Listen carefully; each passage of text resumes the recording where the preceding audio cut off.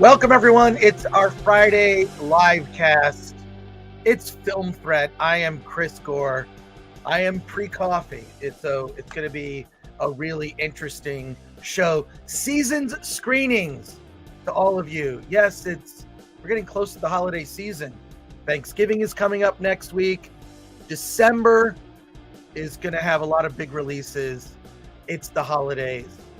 I can't wait to talk to you about so many movies today. What we're talking about on the show today, we'll be talking about She Said, now in wide release. Body Parts. Alan is going to talk about Body Parts. That'll be interesting. Also, Disenchanted on Disney Plus, and I would describe as a black comedy, The Menu, starring Ray Fiennes and Anya Taylor-Joy. So much to discuss. Plus, we're interviewing the filmmakers behind My Apocalyptic Thanksgiving. The timing could not be better. To talk about that film. Let's get things started. On a Friday. I hope that you get a cup of coffee, because I really need it right now. I really need it. I was out too late last night. Let's go!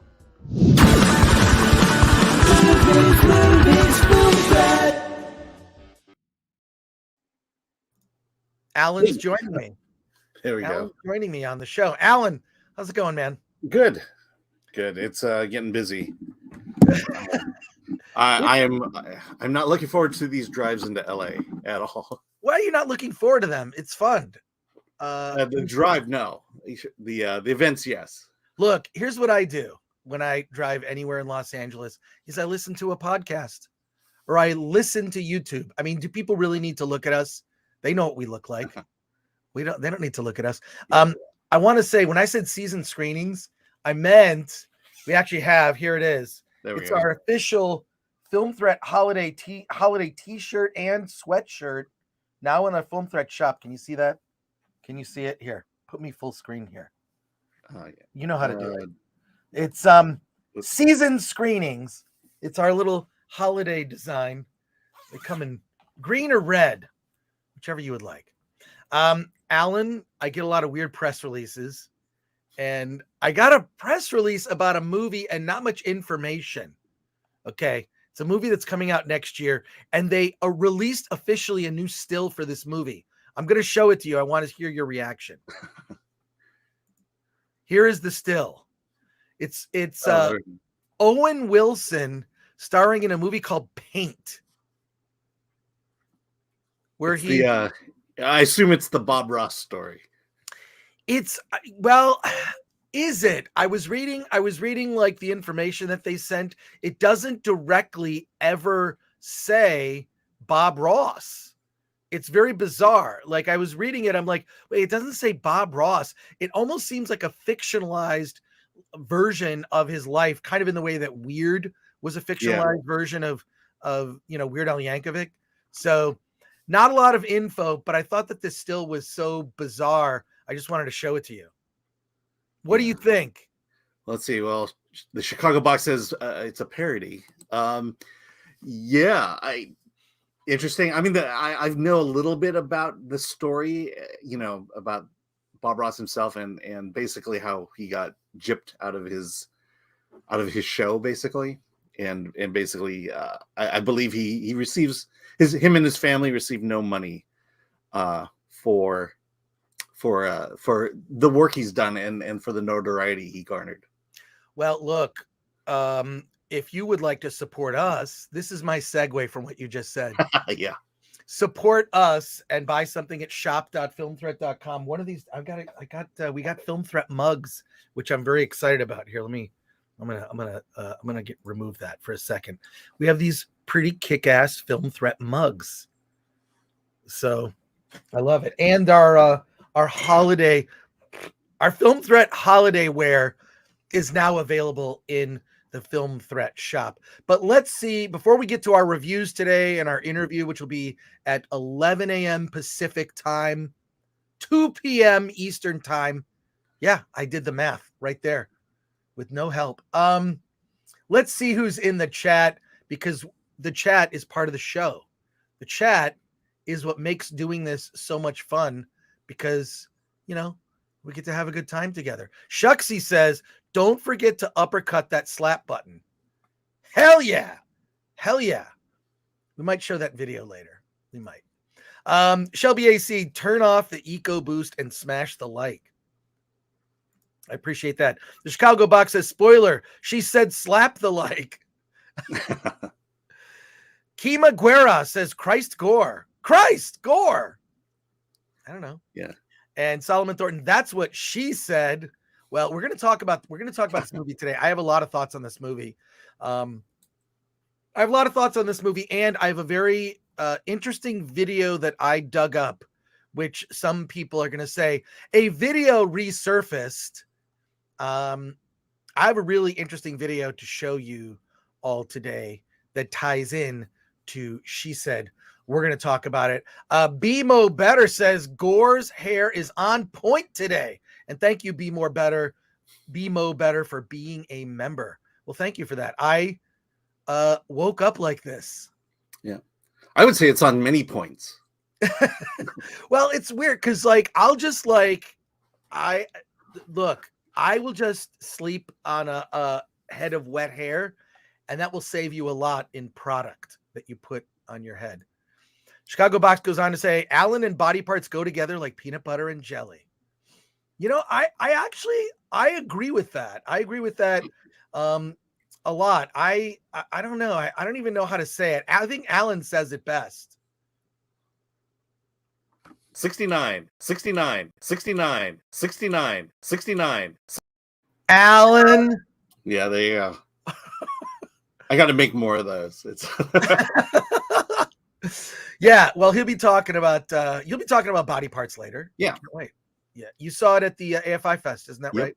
Yeah, it was quite an event. Luther Talbert says, never seeing Terrifier, decided to see Terrifier 2 with my brother. I thought I would be grossed out. I actually couldn't stop laughing. So over the top, it was fun to watch in the theater. Yeah, I mean, I think part of it is that the movie is so over the top. It's like one of those things where it's like a joke. You keep telling a joke until it's not funny, and then you keep telling it until it becomes funny again. Mm-hmm. And this is sort of the gross out version of that. Like, it is so over the top, you're like, you can't believe it. And it keeps going, and then you can't believe it. I mean, and what are your thoughts, Alan? You saw Terrifier. Yeah. I mean, I think laughter is a great way to cope with what you're seeing on screen. I mean, because it is meant to push the boundaries. And we talked to Damian Lewis about this, you know, just where is that boundary, and the fact that he had to have a boundary that he lived up to. And I think he really pushed that as far as he could. And, you know, for a guy who doesn't like necessarily watching that stuff, I think laughing at it was a way to help me get through it. 100%. Shucksy says, I just had some coffee. Maybe I'll have another cup in solidarity, though. You know, so far, I'm so tired today. I am going to take a break in the middle of the show to get a second cup of coffee because I need it. So, Shucksy, thank you for giving me permission. I got only one word for that image. Wow. I'm surprised they cast a white guy to play Bob Ross. Yeah, I know. Wow. I love Owen Wilson. He's great. Lubitsch Touch Me said, really excited to hear the Menu and Disenchanted reviews. Well, why don't we launch right into it? Because we really do have a big show today. We have 4 films to talk about and an interview. And you know what's refreshing? What's so funny is after I saw the menu last night, and I was just talking to people outside the lobby, and every single person was walking out going like, God, it's so refreshing to not see a superhero movie. Like, we were all just talking like, wow, we all just went to a movie and it was just like a regular movie and it was good. We'll talk about it. Good. But I have some issues with the menu we're going to discuss, but, we like all hung out and talked for a little bit. And I met this guy as I'm going in the bathroom. A guy oddly named Chris was like, hey, you going to talk about this on Film Courage? And I was like, no, I'm going to talk about it on Film Threat. People got to know Film Courage is a thing. I go and I do videos for them. They kind of eke them out a little by little. And, but Film Threat is the live stream. But I will say this, the last one, the topic is intriguing about social media. Yes. Well, we got in a great discussion. It was fun talking with Chris and his girlfriend. I go to the AMC Burbank 16, and I don't know. It's a fun theater to go to. Although I had the weirdest experience before we start talking about movies. We're at Yard House at the after. We went there, and apparently there was a drug addict in their bathroom, literally someone doing drugs in the bathroom, a woman that they kicked out. She had bailed on a bill and then she pushed over a barrel with a giant glass like bottle that smashed. It was filled with like pennies or something. It made the entire restaurant quiet, and that's a big restaurant. It was this boom sound. It almost sounded like an explosion, and she just ran out and like slammed the door. I can't walk around AMC Burbank 16 without it smelling horribly like stinky, skunky marijuana. LA's a great place. It's going to get even better. Everything's fine, folks. Don't worry about it. God, I think your feed just cut out for a second. Did it really? Yeah. You're gonna back? do those last few seconds again. Oh, it might just be on your end, Alan. Okay. Glenn, are we okay? Give me a thumbs up, Glenn. Yeah, okay. Alan, it's your bad internet. Yeah. It's your bad internet. But chat, please let me know if I'm cutting out. Anyways, it was a weird experience. It's sort of like I thought that all the horrible everything going on was just in LA, but no, it's bleeding over into other places. God, what a great area. This is awesome. Oh my God. All right. Forget my complaining. Let's go to a couple super chats before we launch. CD Stein 69 for $4.99 says, Chris, you and Film Threat got a nice little shout out from Josh Robert Thompson's live about your elephant in the room interview on Film Courage. Well, I appreciate that. Who's Josh Robert Thompson? Yeah, you actually, I remember early on we talked about either you doing his show or him doing our show, but he's a comedian. He was he did the robot on the Craig Ferguson show. Oh, okay, great. Okay, great. All right, Yeah. cool. All right, now I'm embarrassed I didn't remember that. Yeah, he's an impressionist. He does, okay, or he's known for his impressions, I should say. Well, let's delete my ignorant comment previous to this. Matthew Hammond for $4.99 says, did you see the video clip going around of Tar? If you had watched the Film Threat, you would have known about the scene a while ago. Would you like to watch the clip? I know what scene he's talking about. So the clip that we're talking about is the clip from Tar where she kind of schools the kid. Yeah. And has like this amazing takedown of this kid. Let me see if I can find it. I sent this clip to myself. Let me see if I can. Okay. Folks, I'm going to see if I can. Hang on. I'm going to share screen. Hang on. Wait. Okay. Whenever we're doing anything that's technical like this, here's what needs to happen. I'm going to see if I can show us this clip from Tar. Just give me a second. Okay. All right. Yeah, okay, let me work on this. All right. I got it. Okay. Oh, yeah. Just a minute. I got to close this comment. Just a minute, guys. I'm gonna set this up. I promise. Just give me a second. All right. Let's do this. All right. I'm under a lot of pressure, folks. Stop sharing. No, wait. I did the wrong thing. Hang on. Okay, stop that screen. 10 seconds. I got it. Don't worry about it. Alan, come on. You're going to go with me on this bit, right? Alan, you should be screaming instructions at me. MacGruber. Well, I'll get to it. Come on. Okay. How does this work? That's Twitter. Oh my God. Can I make this happen? I don't know if I can do it. What do I do? Press play? All right, fine. Okay. That's the music we're going to play every time we have a technical issue, because Yeah, that's epic, really. Yeah. Oh my God. Okay. All right. So I found the clip. And I appreciate bringing that up. I thought that was great. I appreciate that. Let's actually show this clip. It's 3 minutes. I don't know if we'll show the whole clip, but at least the salient part. She schools this kid. It's getting all these comments. It leaked online. I want to make sure that the audio is good here. And then notice it's a one shot too. So Yeah. So let's go through this. Hopefully we don't get a copyright strike. If not, we will clip this out. Are we ready to watch this clip? I'm going to mute myself so there's no overflow. Alan, maybe mute yourself. Let's watch.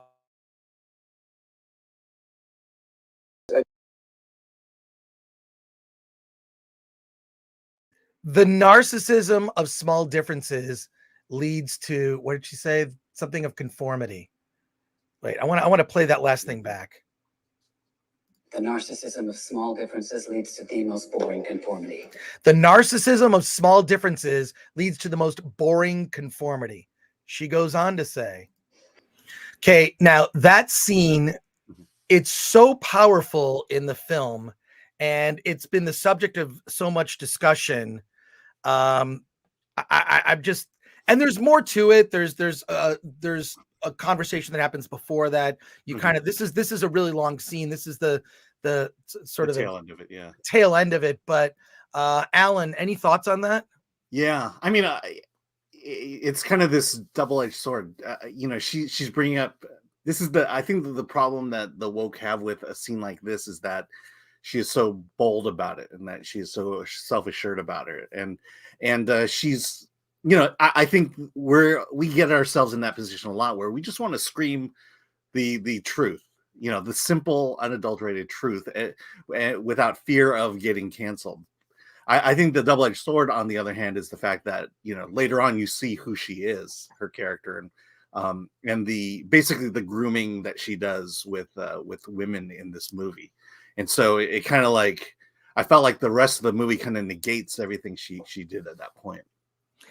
Some quick comments on what we just observed.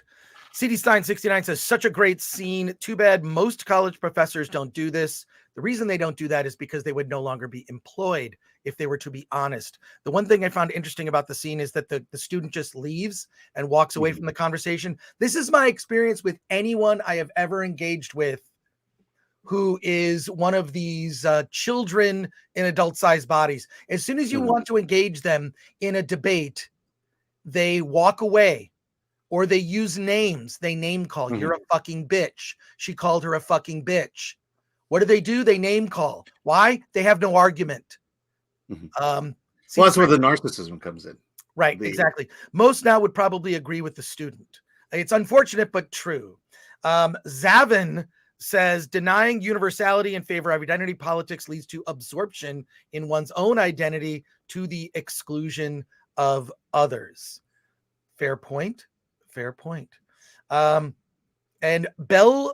Belagur says, damn, that's exactly why Kate is one of the best actresses in our time. She delivers this so on the point. I agree. Solomon Thornton says, don't be so eager to be offended. That quote sums up everything wrong in society. Yeah, absolutely. Today.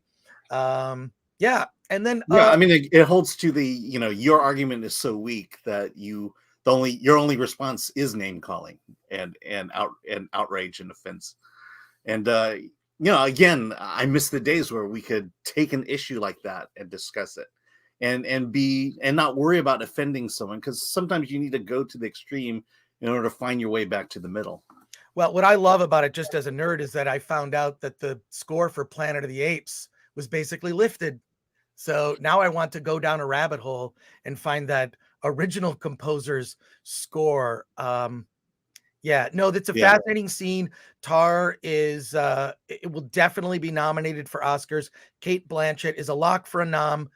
Can't really say whether she'll win Best Actress, but that scene alone, the fact that the movie does kind of like have it both ways and has this conversation, yet a viral clip emerges of her dressing down the student, and she pays for it. it's interesting, but at least this is a conversation that can now be had. People are talking about that scene. It's going around. So let's the bootleg scene, unfortunately. The bootleg, yeah, well, someone filmed it. Yeah. The sound of one man laughing. They're all great scenes in Tar. Tar taking her girlfriend's pills with her, so the girlfriend will be frightened while she's gone, and Tar comes back and everything's better. That dog in the basement. Yeah, it's a remarkable film. So I recommend you check it out. Let's switch gears here, and we're gonna do a few more comments before we get to Alan's Disenchanted review.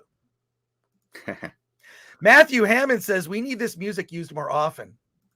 Shuxy says how to make messing up with technology entertaining. And Ellie's gay conversion therapist says the ride of the boomers. Glanuccio deserves all the credit. He found this music. I said every time Alan is like, I ask Alan to do something, I'm going to be playing that music. Yeah. So there you go. And Fear the Turtle says this is the peak. Fear the Turtle 21 says this is the peak of the show. Nothing that comes today will surpass those 30 seconds. I beg to differ. Yeah. We haven't talked about Disenchanted yet, so wait until we get into it. Gabriella Condor for 20 euros sends a super sticker. Thank you for that. And Dionysus Papa George Kopolis for 10 euros says, give me boring and or bank heists, prison breaks instead of insulting us with Kenobi shows. Thanks, Chris, for suggesting Terrifier 2. His trick-or-treat scene is an all-time fave. Hail from Greece. Well, thank you for that. First of all, I'm happy you have some money in Greece because I've heard some things about the banks there. But thank you, Dionysus. Appreciate it. That's awesome. Yeah, there's a whole documentary about the economic woes of Greece. What was that documentary? I forgot.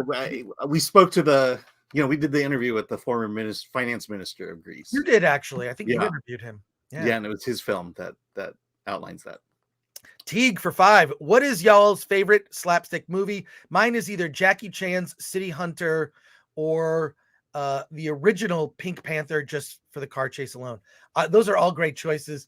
I love High Anxiety, has some slapstick. Silent Movie by Mel Brooks. And I would also mention Buster Keaton in the silent film The General. It all takes place on a train. If you can ever see that with like a live organ playing, I've seen it like 5 times in the theater, from when I was a kid to a bunch of times. The General, Buster Keaton, just look it up. I'm sure there's clips or you can find it somewhere online. JTP RX says, can you imagine the POC at the Oscars if Blanchett wins the Oscar? Well, I'm just saying that I think for the woke, the redeeming value of it is that she's not a good person in this movie. Right. She is effectively like almost Harvey Weinstein, a female version of a Harvey Weinstein. So I would say more what Kevin Spacey was to have alleged to have done. Right. And then Shuxy says the people need to hear if Alan was enchanted or disenchanted with Disenchanted. Well, what a great segue. We are going to talk about Disenchanted now. I'm going to throw up Alan full screen so we can hear his review. Alan, what did you think of Disenchanted, now currently playing on Disney Plus? Yeah, Disney Plus is a great place to watch Disenchanted. So this is obviously the sequel to Enchanted, and full disclosure, I was a big fan of Enchanted. I have a family. We went to it. We loved it. Music was amazing. The story was fantastic. It was just kind of, what if the Disney princess story was brought to the real world? And so absolutely on board and loved the first film.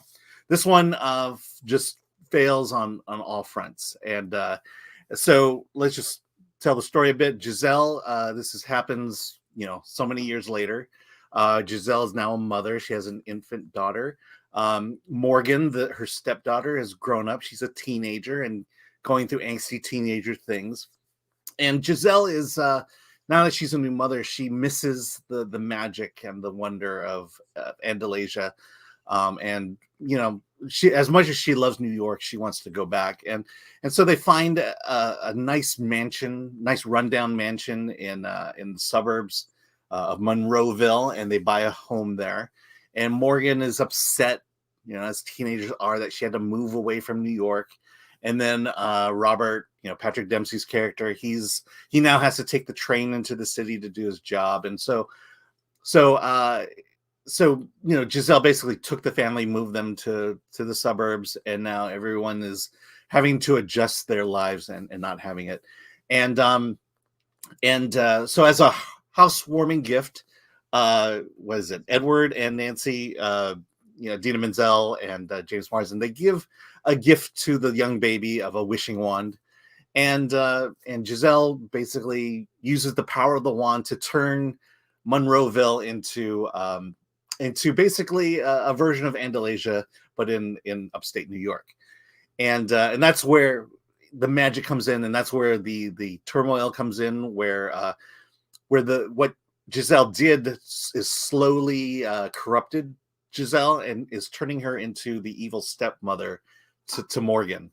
And so that's kind of how this movie plays out. We've got Maya Rudolph as kind of the ruler of the new town, and when the magic happens, she becomes the villain at that point with her two henchwomen.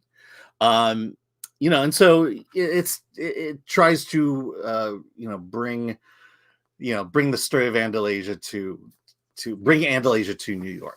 And so that's the story.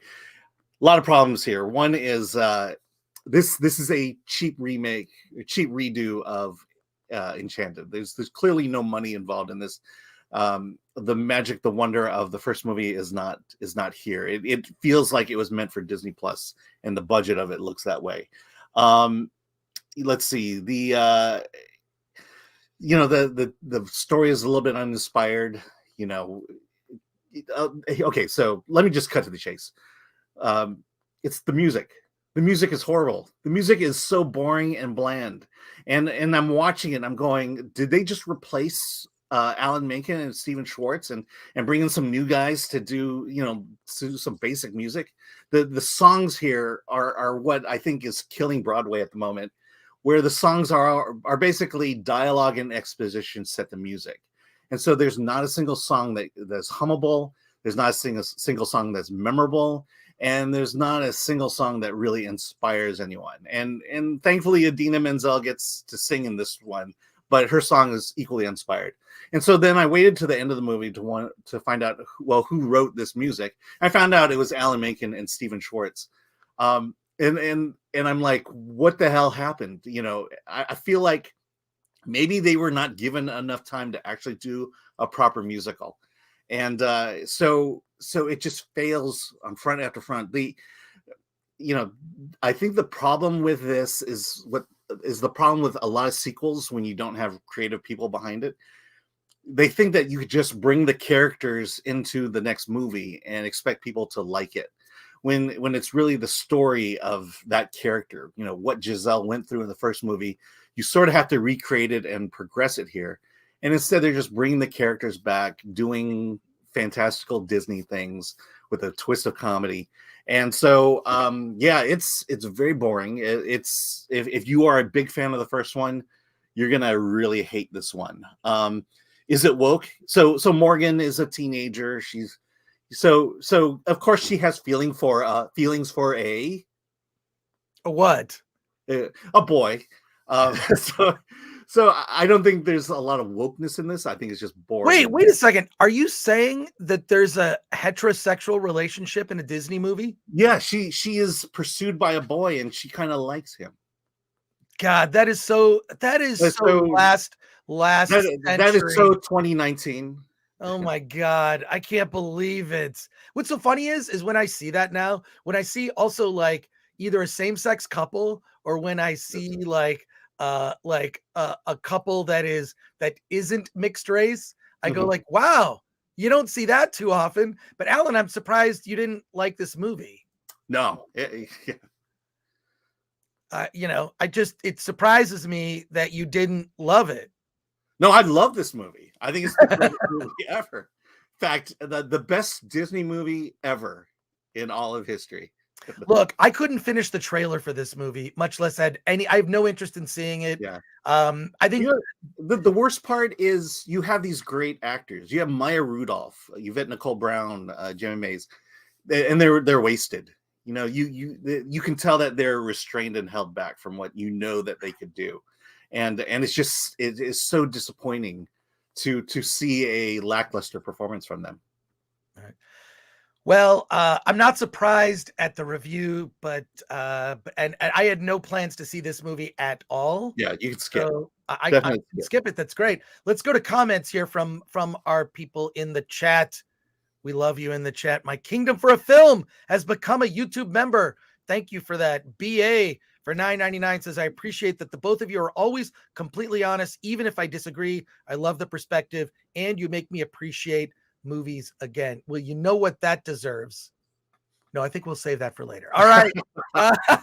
Kenny, thank you for that. Kenny Kanthick for 10. Happy Friday, Chris and Alan. Thank you, Happy Friday, Kenny. We appreciate it. Happy Friday. So it's Friday. It's Friday before the next week is a holiday. I can't wait. Michael Seagriff, why does fantasy need to be brought into the real world? Which I suppose actually means bringing it into the last 4 to 5 years. Yeah, I hear you.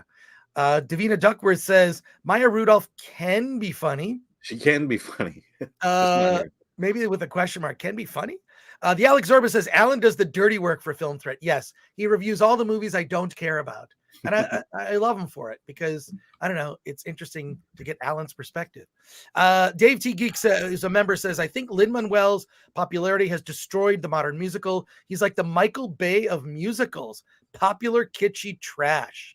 But the thing is, at least, like, you watch Hamilton, you remember the songs afterwards. You remember the music. You want to learn the songs yourself. It doesn't happen here at all. Yeah. And FP Sonny says, boy of color.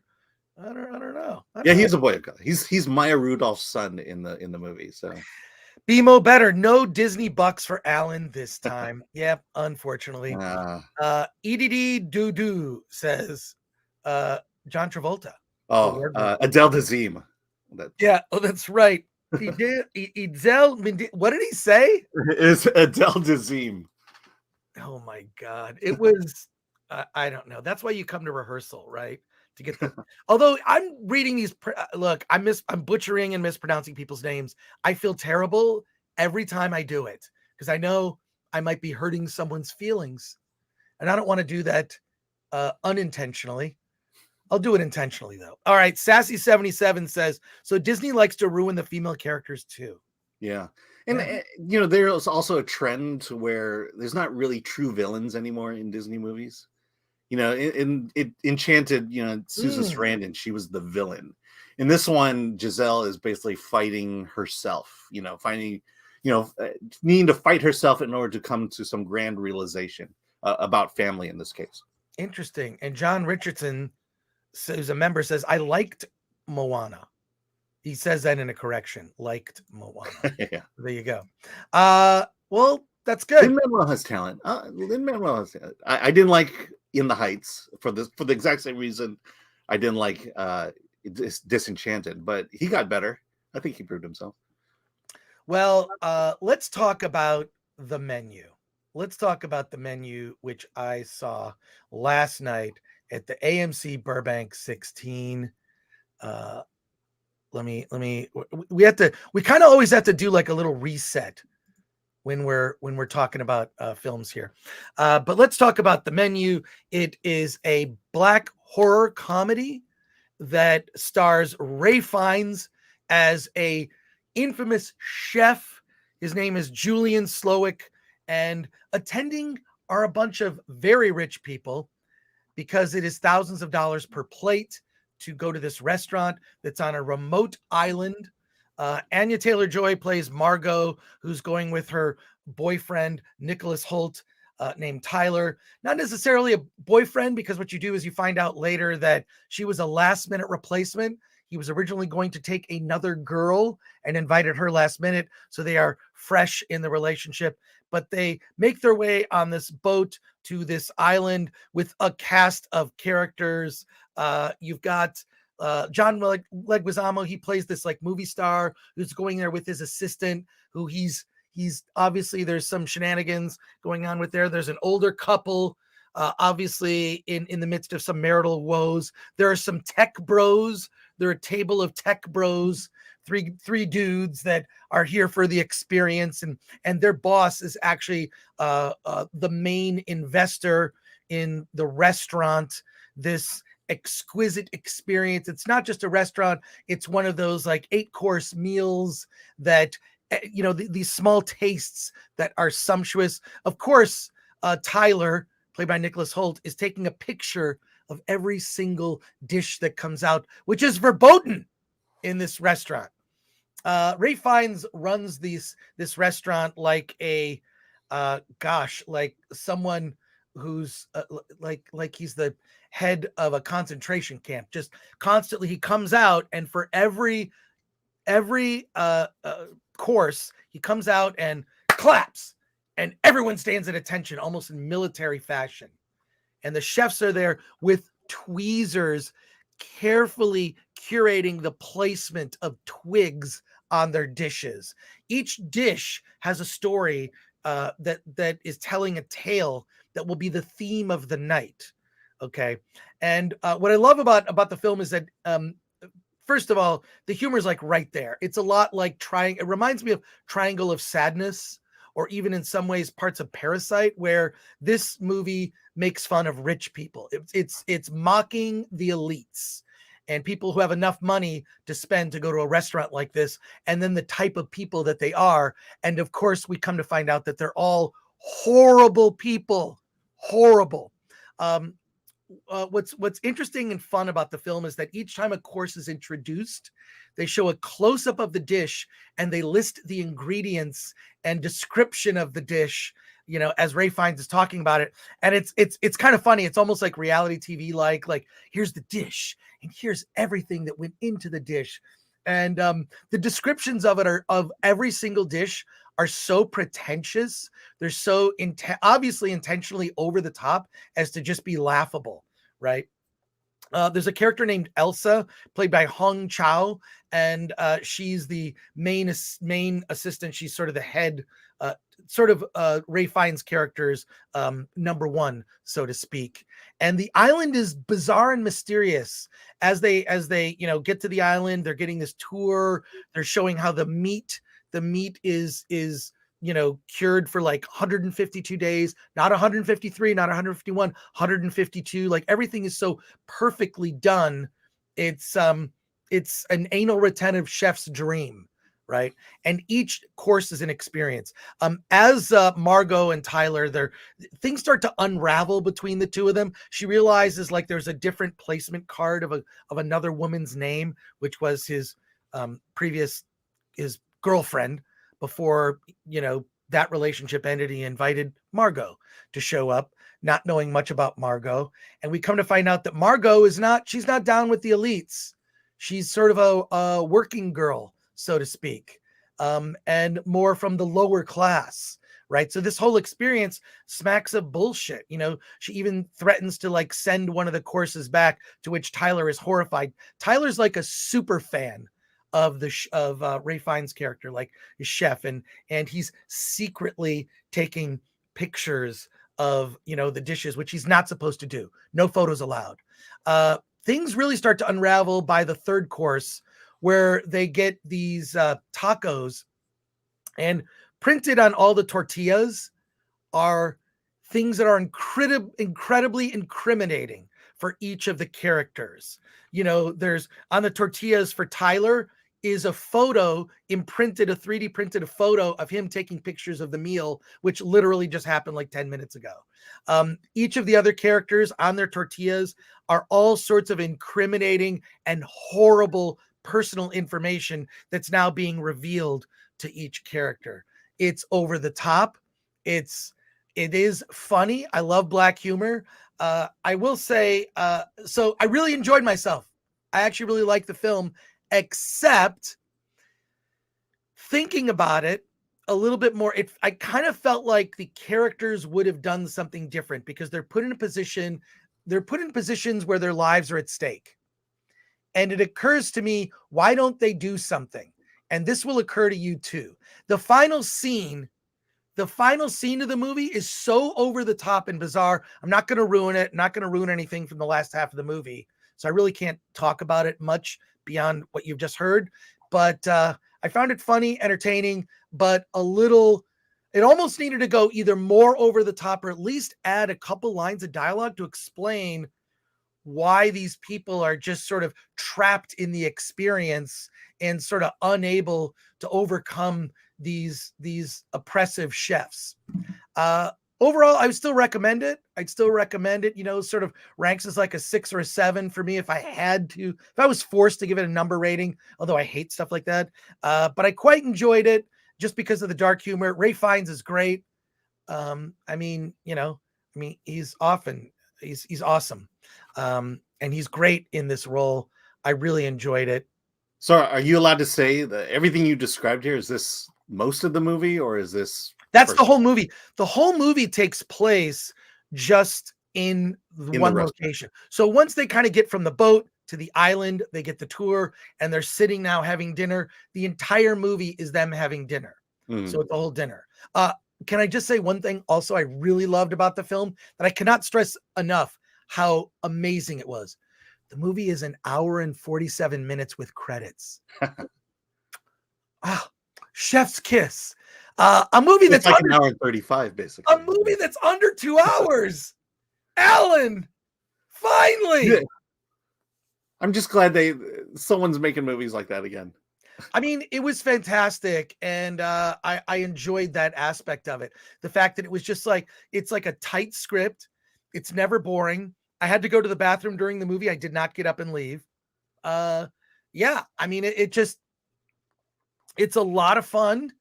And it's just that if you think about some of the logic, there are some lapses in logic that bothered me, in particular at the end of the movie. I don't want to say exactly what it is, but yeah. So what you're saying, for the most part, it's a good movie, but it didn't really stick the landing. I don't know that it didn't stick the landing. It did stick the landing. And then I was sitting there thinking about it. And as we all went out in the hall and we were like, oh my God, it's so great to see a good movie. It's not a superhero movie we're ripping apart. It's just a good, entertaining movie. Anya Taylor-Joy she's amazing. The camera loves her. Yeah. And it's really also refreshing to see an attractive woman in a movie. And she's allowed to be attractive. Right? Like, I feel like there is a almost desexualization of women in films, unfortunately. But I will say, this movie was delicious. Holy fucking shit, these reviews are delicious.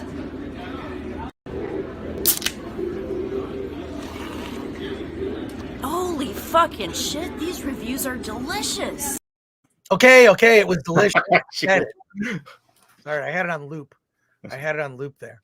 But no, I really enjoyed the film. It's just that, like, but see, this is good. Look, what do I want to do? I want to see a movie and walk out and go and forget it. A lot of action movies I'll see, or a lot of like just sort of, what was that forgettable kind of horror movie I saw with The Exorcism a couple weeks ago? Pray for the Devil. Yeah, Pray for the Devil. It's like I walk out and it's just like I'm forgetting half the movie as I'm walking out because I've seen it before. It's like there was nothing other than having a female protagonist. It wasn't really interesting. And this movie was conversation worthy, in particular because now we're starting to see a lot of films where the villain are the elites. This is what I hope is the new villain going forward in film, right? It's normally been just white men, right? White men are bad, right? That's the villain, right? It gets, not that that's not a good villain to have, but it gets tired if that's always the case. And I think what we've seen in movies like Triangle of Sadness and The Menu is that, it's the elites, right? And the elites come in all types, colors, shades, ages, etc. The Tech Bros storyline is particularly interesting because there's a connection to the restaurant itself because their boss funded the return of this restaurant. But it's basically what I feel is that some of the events of the film become unbelievable by the end. I just didn't buy it. but it made for a great post-film conversation. Like, I kind of know if a movie's good if we walk, or at least if it's worth discussing after the movie. So as we walked out, we sort of congregated in the hall, and other people who I didn't even know started joining in the conversation. Then we all went to Yard House, where that woman was doing drugs in the bathroom and disrupted the entire restaurant. It was bizarre. But we had this whole conversation about the film. Like, well, why are we still talking about the film? It had an effect on us. Yeah. And if anything, movies used to do that. Remember? What I want is a movie that affects me, that I'm moved by.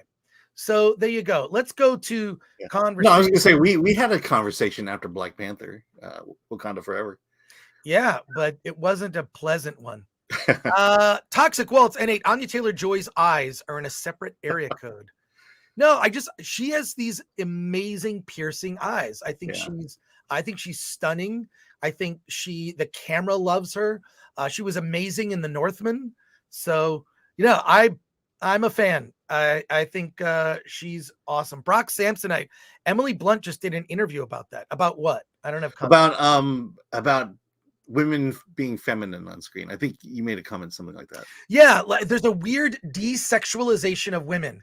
I will say this. She's very attractive. She dresses in a very attractive way, but she's not wearing high heels. She's wearing like almost these motorcycle boots. That's fine, but I don't know. I think would have been interesting to what? How is her teeth? Her teeth are perfect teeth, and the chairs were amazing before. And all the moles covered up. Brock Samsonite, did it have any profound points to make, or was it just shallow reaching for profound? I would say it was reaching for profound, but it's okay. That's okay. I don't need profound in every movie. Okay. I don't need profound. Sometimes I like a good filet mignon with some asparagus, and sometimes I like Jack in the Box tacos with American cheese. Take your pick. And maybe that's a good way to describe the menu. But I look, it opens in theaters this weekend. It's one of a couple of new movies in theaters, and I am giving it a recommendation, even though maybe a low rating. It's because the movie kind of fell apart at the end. But I'd rather not discuss spoilers for this movie. We could revisit it next week and talk about it if other people want to discuss it and you've seen it. But yeah. Patrick Lemire says, sounds like a script that sat around for years. It may have. Hey, and Gary from Nerdrotic is here. Hey, Gary Beekler, Nerdrotic Nooner, my friend.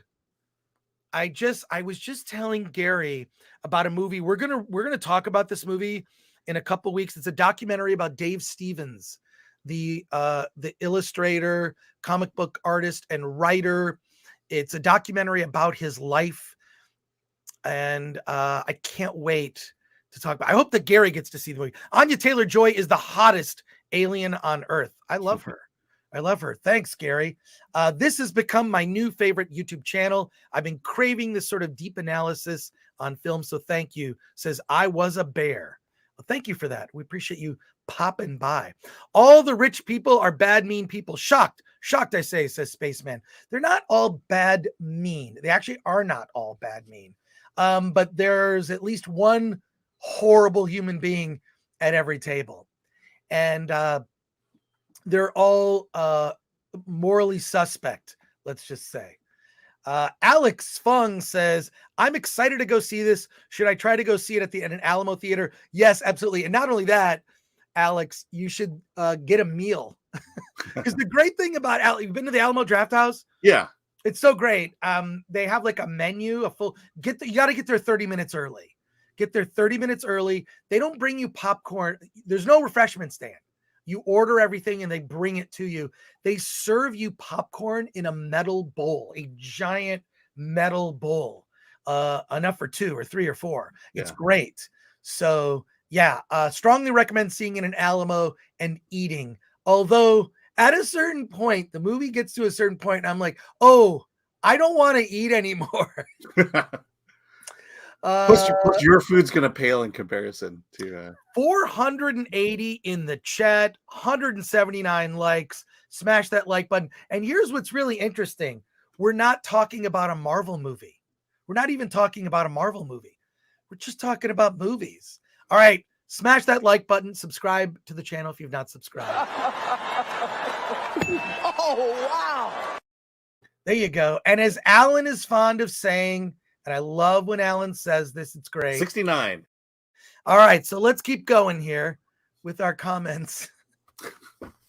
Film Fanatics says, hey, Chris, you're going to be doing a live stream on Thanksgiving. No, but we will be doing one on Friday. Yeah, so Wednesday and Friday.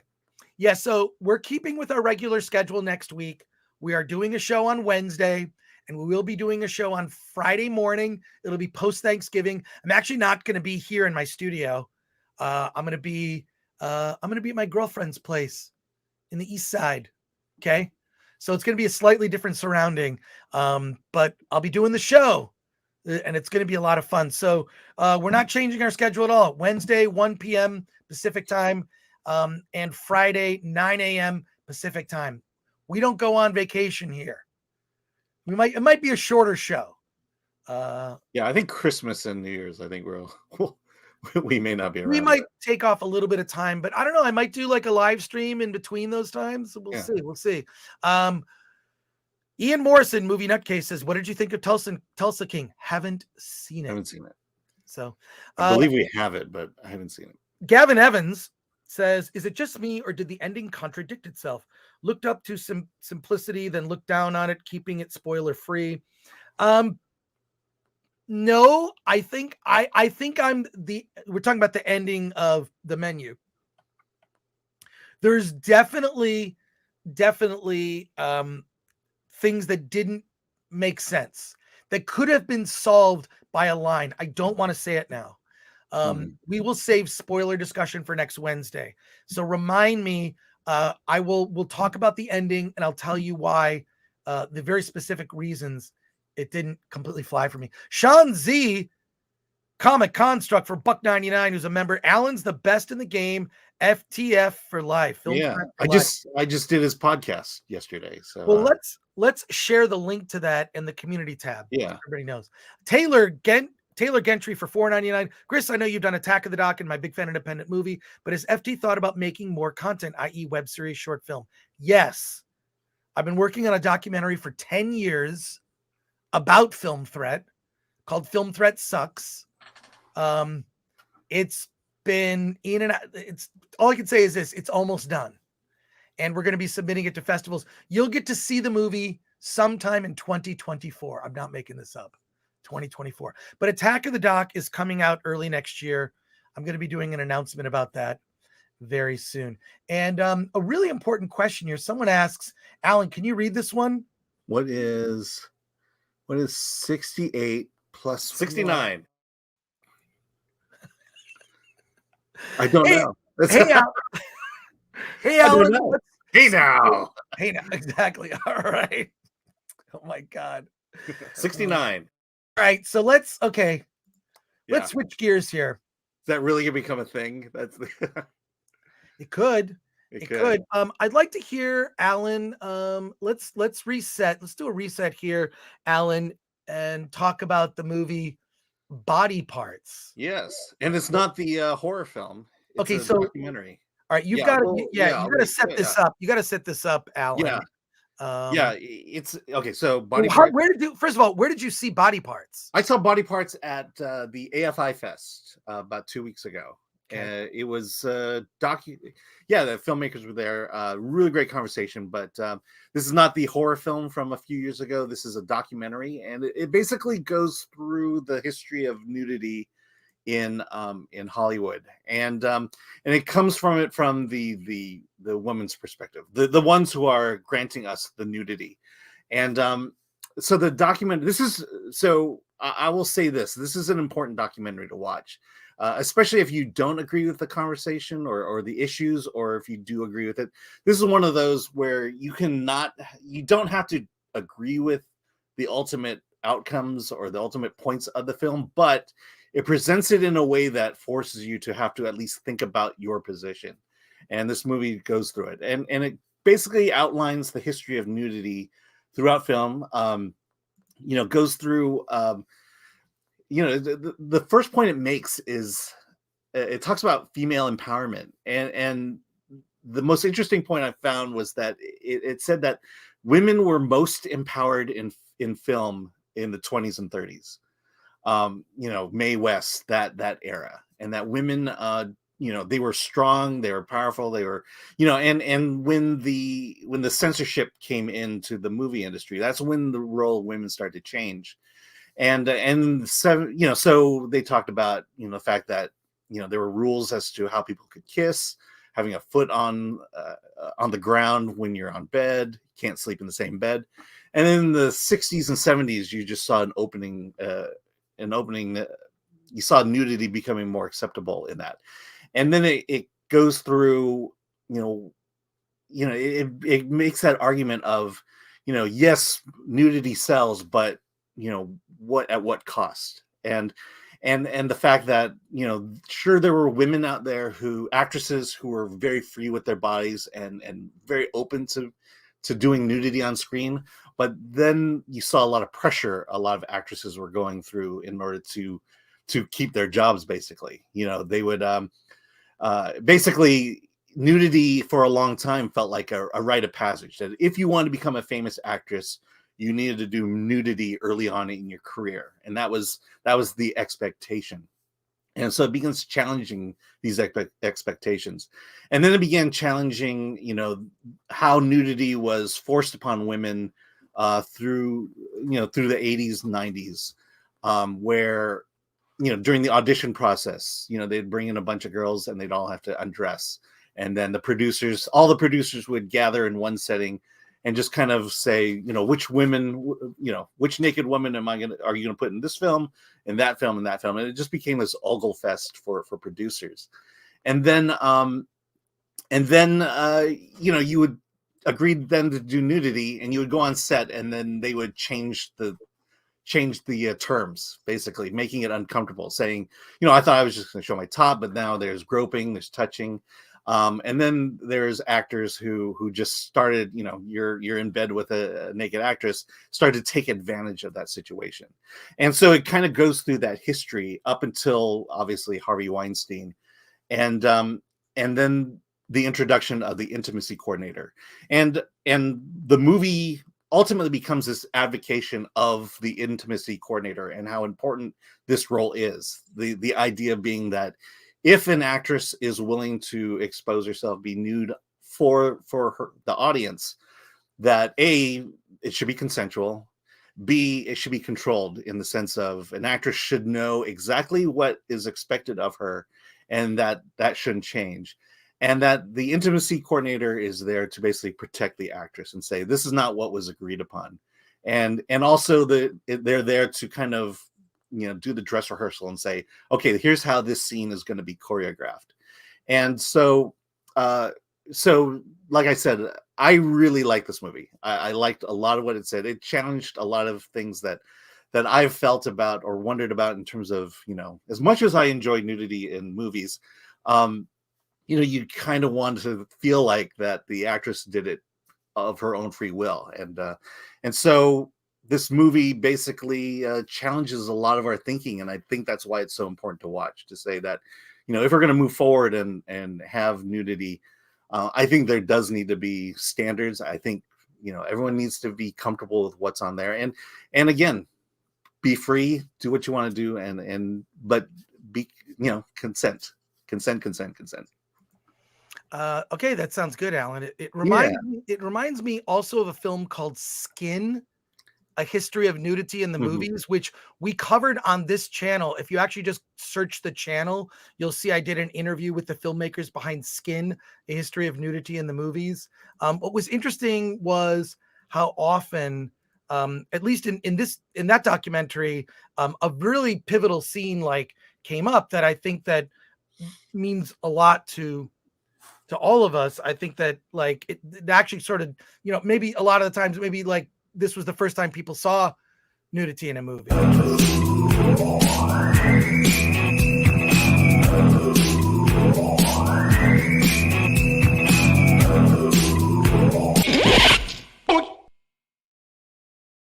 You've just destroyed all credibility in this. But I will say that scene is in the documentary, and it's ruined. Absolutely ruined. Well, that scene is also in Skin. So check out. Maybe I'll post on the community tab. Yeah, I our mean, original interview. They're very tactful. There is nudity in this movie, and they do it very tactfully. One of the incredible things, Jane Fonda is in the movie, and she did Barbarella. Her husband directed it, and she was very open to doing nudity at that point. And she talks about how, how her husband, who she very much loved at that time, just kind of pushed things a little far to where she was uncomfortable with, and she was basically told certain things was going to happen. And then when she finally saw the movie, it didn't turn out that way. Well, Skin, A History of Nudity in the Movies is 2 hours and 10 minutes, and it's north of 2 hour running time is completely justified. Its body parts sounds really similar to Skin. It is. I think this one more so comes from the woman's perspective.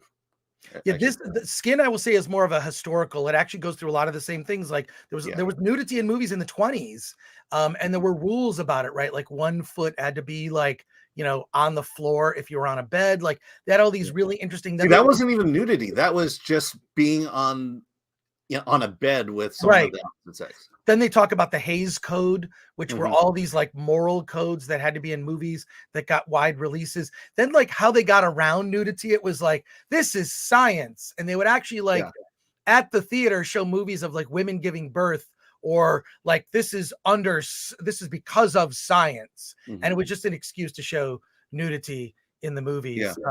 I don't know if you could tell in the background there, but a big part of the movie is about the intimacy coordinators, and they're kind of showing you what they do and how it's done in the context of filming a movie these days.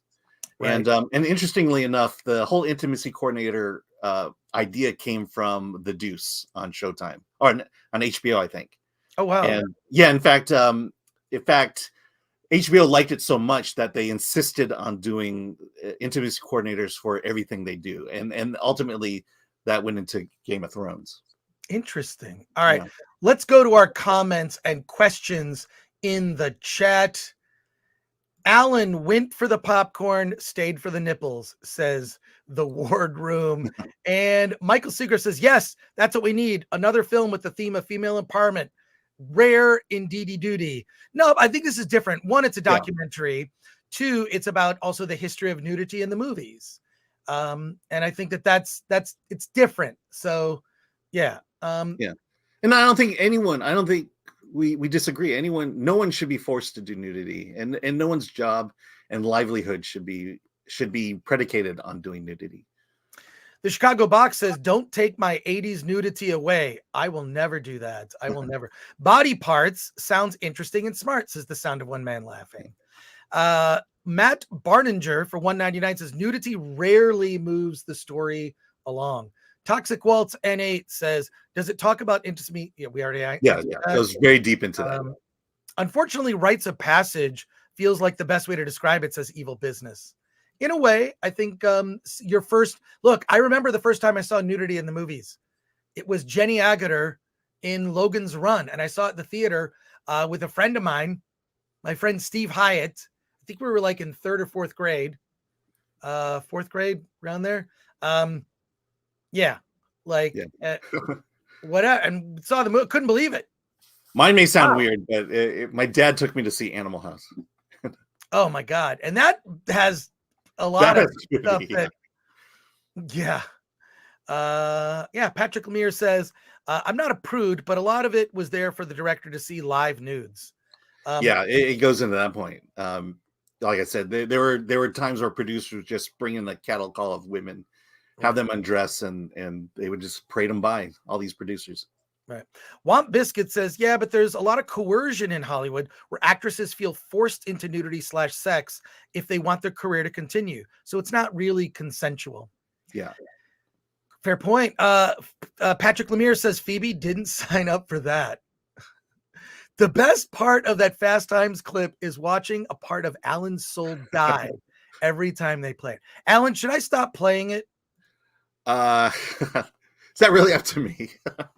Dude, look, if it bothers you, I'm not going to play it. Like, look, we play videos to make fun of ourselves all the time. No, honestly, I mean, watching this movie and then thinking about that, it's like, should we really be doing this? No. Look, Alan, I'll be your intimacy coordinator. If any of the weird video, we have a lot of weird videos that, like, I just feel like whenever people make these videos, they always like to make them about Alan. They never make them about me. I'm a little offended that, you know, like when it comes to me, I don't get any love when it comes to, like, all right, here.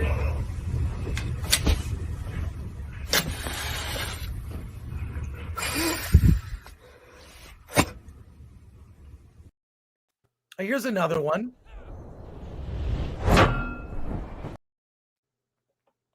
But literally everything, I feel like people really like Alan. He has like a really great sense of humor about himself. He's got a great, he's just a good guy. And so people, for some reason, they just feel like they want to just do stuff about Alan a lot. How do you feel about that? All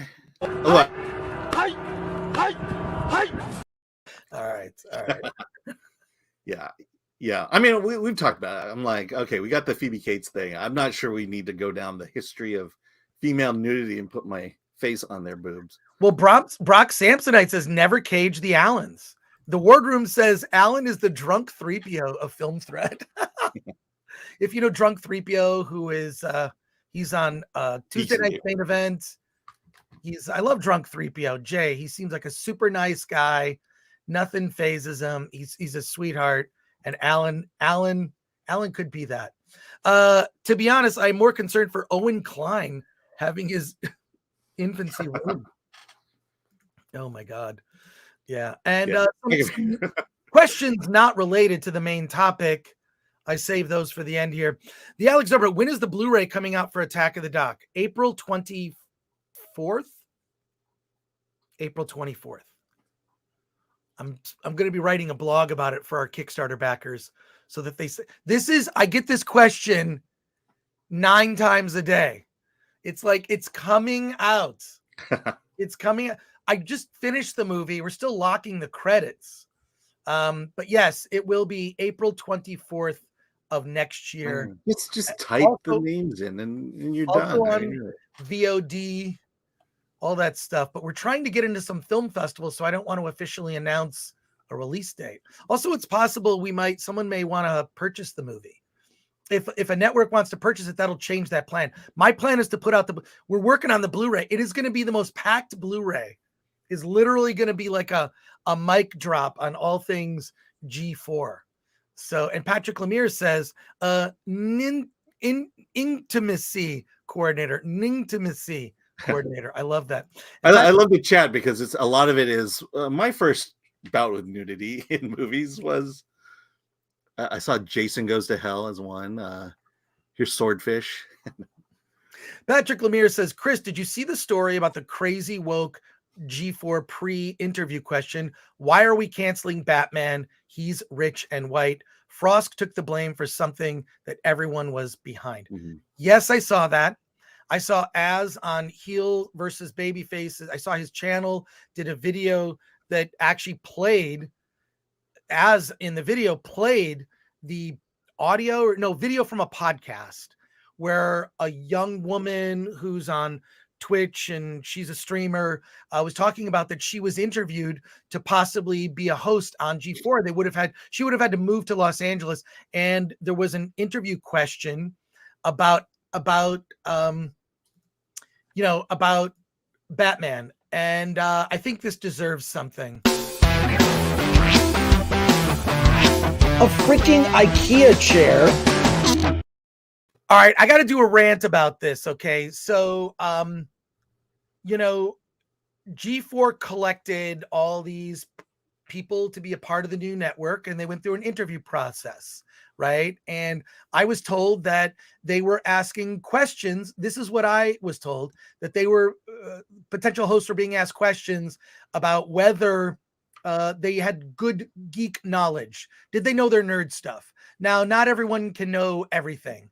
Some people are more well-versed in comic books or more well-versed in video games, more well-versed in movies or tech, whatever it is. You should have general nerd knowledge and then maybe an area of expertise, right? But people were asked the question, why should we cancel Batman? Not if we should cancel Batman, why we should cancel Batman. That is what they call in the legal profession a leading question. You are leading someone towards a conclusion that you want them to make and then give their response. And apparently when this young woman was asked this question, she was a bit confused because, well, she liked Batman and she didn't want to cancel Batman. That's an incredibly leading question that the answer is because he's rich and white. There has been on the internet efforts to quote cancel Batman because he's a rich white man, right? And that is now the enemy du jour.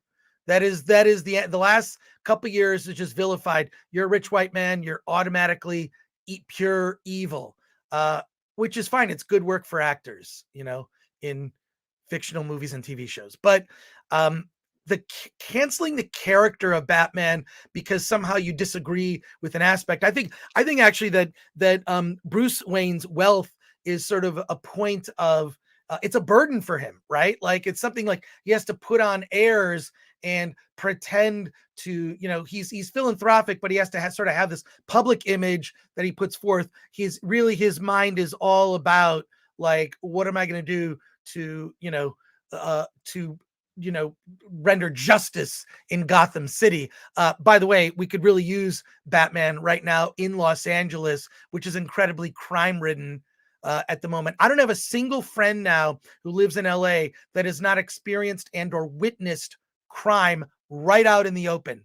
This is how bad things are. Okay. So and I personally take offense at this. If I was asked this question, I would probably do a redirect and I would probably say something to the interviewer to test their own knowledge of the character of Batman. The person who was interviewing this young woman went on to ask if there were other superheroes that needed to be canceled or whatnot. I think that by asking these types of questions, they were looking for certain types of people.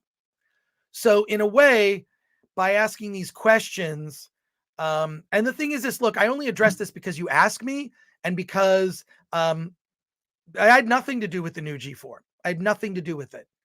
At one point, I was asked to be a part of the reunion, and then I wasn't part of the reunion. So, make of that what you will.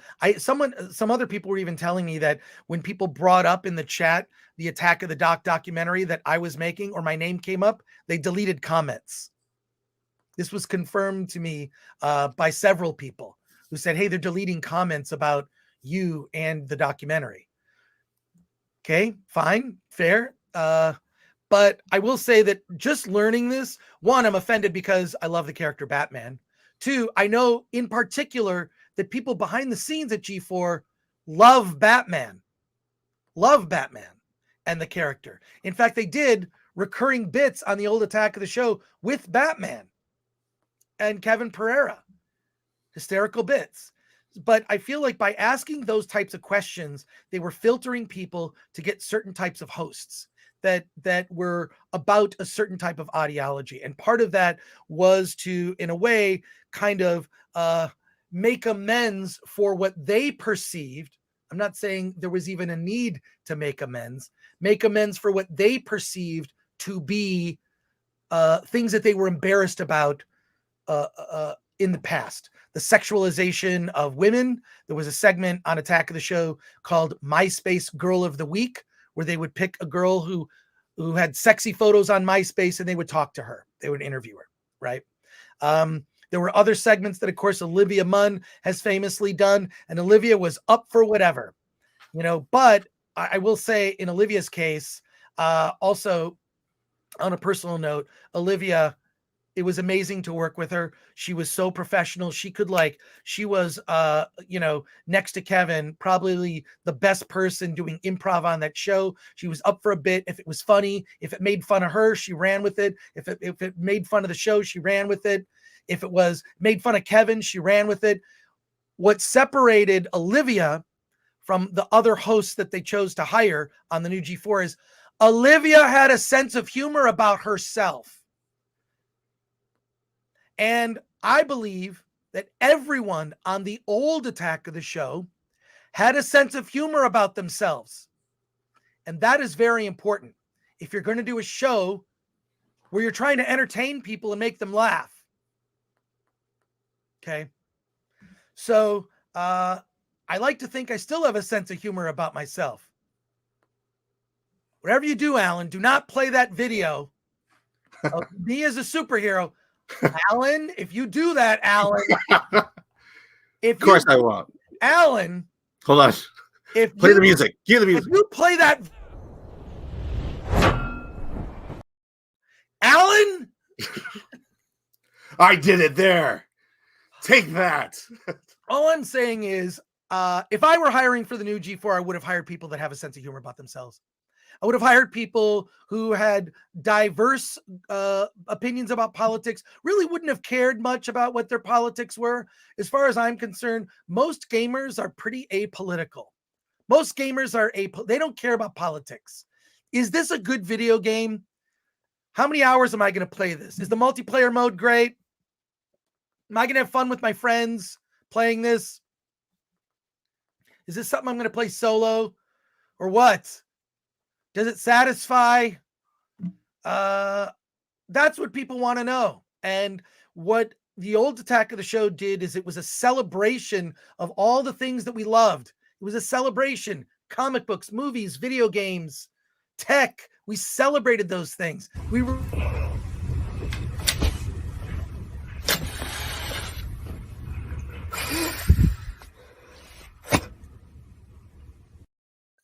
Celebration. It's pretty fun, isn't it, Alan? But it was a celebration of all those things, and we were united because we celebrated those things. And I think that we've become divided because you don't fit my politics, or you don't fit my this, or you didn't like the Star Wars movies that I liked, or you didn't hate the Star Wars movies that I hated. And I'm tired of that attitude. And part of my reason, 2 reasons for making the documentary that I made, Attack of the Doc, which you will all be able to see early next year. Believe me, you're going to be sick of me talking about it. I'm not bringing it up anymore. If we get any more questions about it, look, just go to attackofthedoc.com or follow Attack of the Doc on social. It's Attack of the Doc, DOC on social media. I'm going to be talking about it a lot. There's 2 reasons. One, I wanted to preserve the legacy of the old G4 because I really believe that what the old G4 and Attack of the Show did was something that was pioneering. It was ahead of its time. It sort of tracked when geek culture became cool, the rise of Marvel movies. Attack the Show came out before Marvel movies were even a thing, right? And being a nerd was not cool when Attack the Show first launched. So I wanted to do that, and I also wanted to remind people of a time when we all were less divided as a culture, and we celebrated things we loved rather than attack each other for our differences. And that's why I'm tired of even pointing out what our differences are, because at the end of the day, they don't matter, right? We're here celebrating movies. You can like our reviews. You can disagree with them. You're welcome here. You can disagree with me. It's fine. It's fine.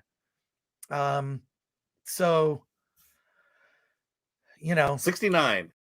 It's just, the new G4, they made a choice to go a particular path with who they chose to hire. And that was their choice to make. As far as the canceling Batman. So not only did they ask a question where they were vetting people, they asked a question about a character that's near and dear to my heart. I have a Instagram. I have an Instagram called, well, I'm on social media. I'm that Chris Gore. And on Instagram, I have an Instagram. I'm on Instagram on that Chris Gore. I also have an Instagram, Bat Chris Gore, where I just post photos of Batman. It's my happy place. I post photos, weird artwork, toys, graphics, videos. It's just everything Batman. I try to post once a day. I've fallen off a little bit recently, but follow Bat Chris Gore on Instagram. Say hi to me there. But yeah, no, it's really disheartening to see how all that played out. I knew a bunch of people who worked there because they were from the previous G4, but I'm surprised that people who worked on the previous G4, the legacy G4 and Attack of the Show, didn't recognize that the landscape has changed, and they chose to go down that path. It's fine. And, frankly, I wish it would have succeeded, because I really wish it would have succeeded because, frankly, the network wasn't given enough time. G4 Attack of the Show was not Attack of the Show on day one. It was rough. And even like Olivia's first few weeks and months, it wasn't Kevin and Olivia at the beginning. They had to get comfortable with each other. I mean, they were good off the bat, but it took about 2 years for Attack of the Show to get like, holy, this is like a really good show. This is like a community experience. An hour live every day, Monday through Friday. It was crazy what was accomplished. But it took 2 years to get there, and the new G4 didn't last a year. So they didn't get to make mistakes and make corrections. I will say they probably didn't make corrections quickly enough, and they made some huge miscalculations. I think everybody knows what they are. The landscape has changed. I will say, I think they were doomed from the beginning. I saw the first broadcast, and I saw some of the broadcasts leading up to it. And, this question of, why should we cancel Batman? You just got a sense of that going in. And it's an interesting question as well. If I had been asked that question, it would make me immediately wonder, should this be a place I even want to work at this point? Because, you're going to be at battle at odds with the people in charge and with your coworkers because that politically we're going to be divided, and they're going to win, ultimately at the end. Well, I really don't think it's fair for you and I to say what we really think. Hated it. So, that's a new one. And that's all I have to say about that. Let's go quickly to the chat. We have another movie to review, she said, and then we also have a guest coming on in 30 minutes. Really quickly, chat. Not the Batman. This is perfect. One does not cancel Batman. He cancels you. Aid Robertson. This is why you're a bloody legend. Well, thank you for thinking that. And I think this is why they think you were the problem with the original G4 that needed to be corrected. Well, I think there's a reason I wasn't invited back. Not even to the reunion. They had a bunch of people, and they did a little, they didn't have me a part of anything. Yeah. Oh, interesting. And it's not like we were doing this live stream at that time. So it's not like you had said anything, because you really hadn't said anything public at that point. But I think I've been I'm not going off in a hyperbolic way saying the network is decimated and destroyed. And I don't do stuff like that. Right. I just tell you what I think. And it's no different than when I was on the show. If you go back and watch old DVD days, when I was on the show, I just told you what I think. Yeah. Well, I also think the documentary didn't help you out either. Well, look, they haven't seen it yet. You're going to see it. Hopefully. God, I can't wait we have some film festivals in the works. There's just a lot of stuff happening. So there you go. CD Stein 69 says, amen. Preach it, brother. Thank you for that. Akanika says, love the use of the word celebration. That's what makes Film Threat great, is that you also celebrate media too. Well, thank you for that. Enrico Palazzo for 5. Chris, at what age did you start going gray? I was 12, and being tall for my age used to get into my first R-rated films at 13. Fast times. Enrico, awesome. 19. When I was 19. That's not Enrico Palazzo. It is Enrico Palazzo for 5. I'm sure I pronounced it wrong. I got my first gray hair when I was 19, and then slowly went gray. And yeah, so I was a silver fox when I was like 25. All right. Womp Biscuit says, if you want to go after rich people, fine. Just go after the real ones, not the fictional ones like Bruce Wayne. That's just wasting your time. The Chicago Box, who's a member, no, you need the Punisher in LA. Absolutely. So some great comments here. A few last comments here. Shrim Boy says, yo, Kriya, shout out for respecting the Lynch's pronunciation of Harkonnen instead of Harkonnen. There you go. Well, thank you for that. I love Dune. Brock Sampson, but the real question is, if they had asked you to come back, would you? On my own terms. On my own terms. I would come back. I would just be myself. That's the one thing that I liked about the old G4, the legacy G4 in 2005 and on, is they actually let me be myself on camera. And previous to that, I had done other television, but I was not allowed to be myself. And so, yeah, I would just be myself. So I would probably come back for an appearance. I don't think I would want to do it on the regular. I would just come back for like one time because I would like to talk to Kevin. I would like to talk to Adam. I would say, Adam, are you okay? Are you okay? Like I would literally ask him if he's okay because I see his Twitter timeline and I feel sad. I feel sad for him. I feel like that if you had been working there, that you'd be walking on eggshells constantly. Yeah, no, I wouldn't last long. I would get fired the first day. I could. How could I keep track of everyone's pronouns? I would never be able to do that. I've already right there. You would have gotten fired. G4 failed because it didn't have 69. It didn't have it didn't have 69. Juvenile. That's what. Look, this is what's weird about you're Pavlov's dog now. This is what's weird about this show. I'm just going to full up admit it.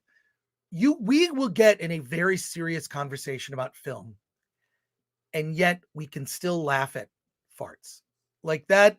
That is, I think, Film Threat since the beginning has been this like where we have a respectful, serious but we're not so full of ourselves or pretentious like some other film rags out there, like Film Comment or something, that we laugh at ourselves, we laugh at the industry, and there you go. Bill S. Preston, Esquire, says, In Living Color is another show that can't be made anymore. Unfortunately.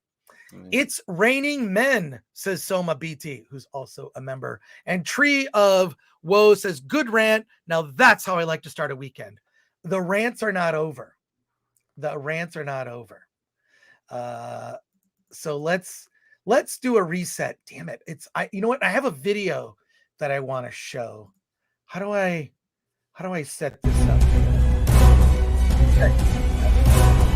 Give me a second. I feel pressure when this music plays. Hang on. Wait a second. Hang on. Okay. Just a minute. That was it. That was immediate. Oh, there. Well, just a second. God, guys, hold on. No, that's not it. Under branded. Hang on.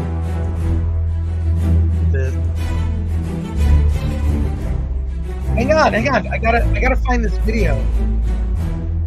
Pull the flange. No. Where is it? It's red, blue, red, blue. No. I lost it. Okay, I found it. All right, fine. I found it. Okay. Let's get into it then. Let's talk about She Said.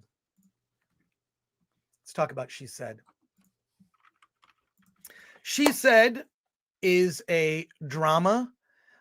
It is based on the real events surrounding the beginnings of the Me Too movement in 2018. It's about the New York Times investigation of allegations against famed film producer Harvey Weinstein and his company Miramax.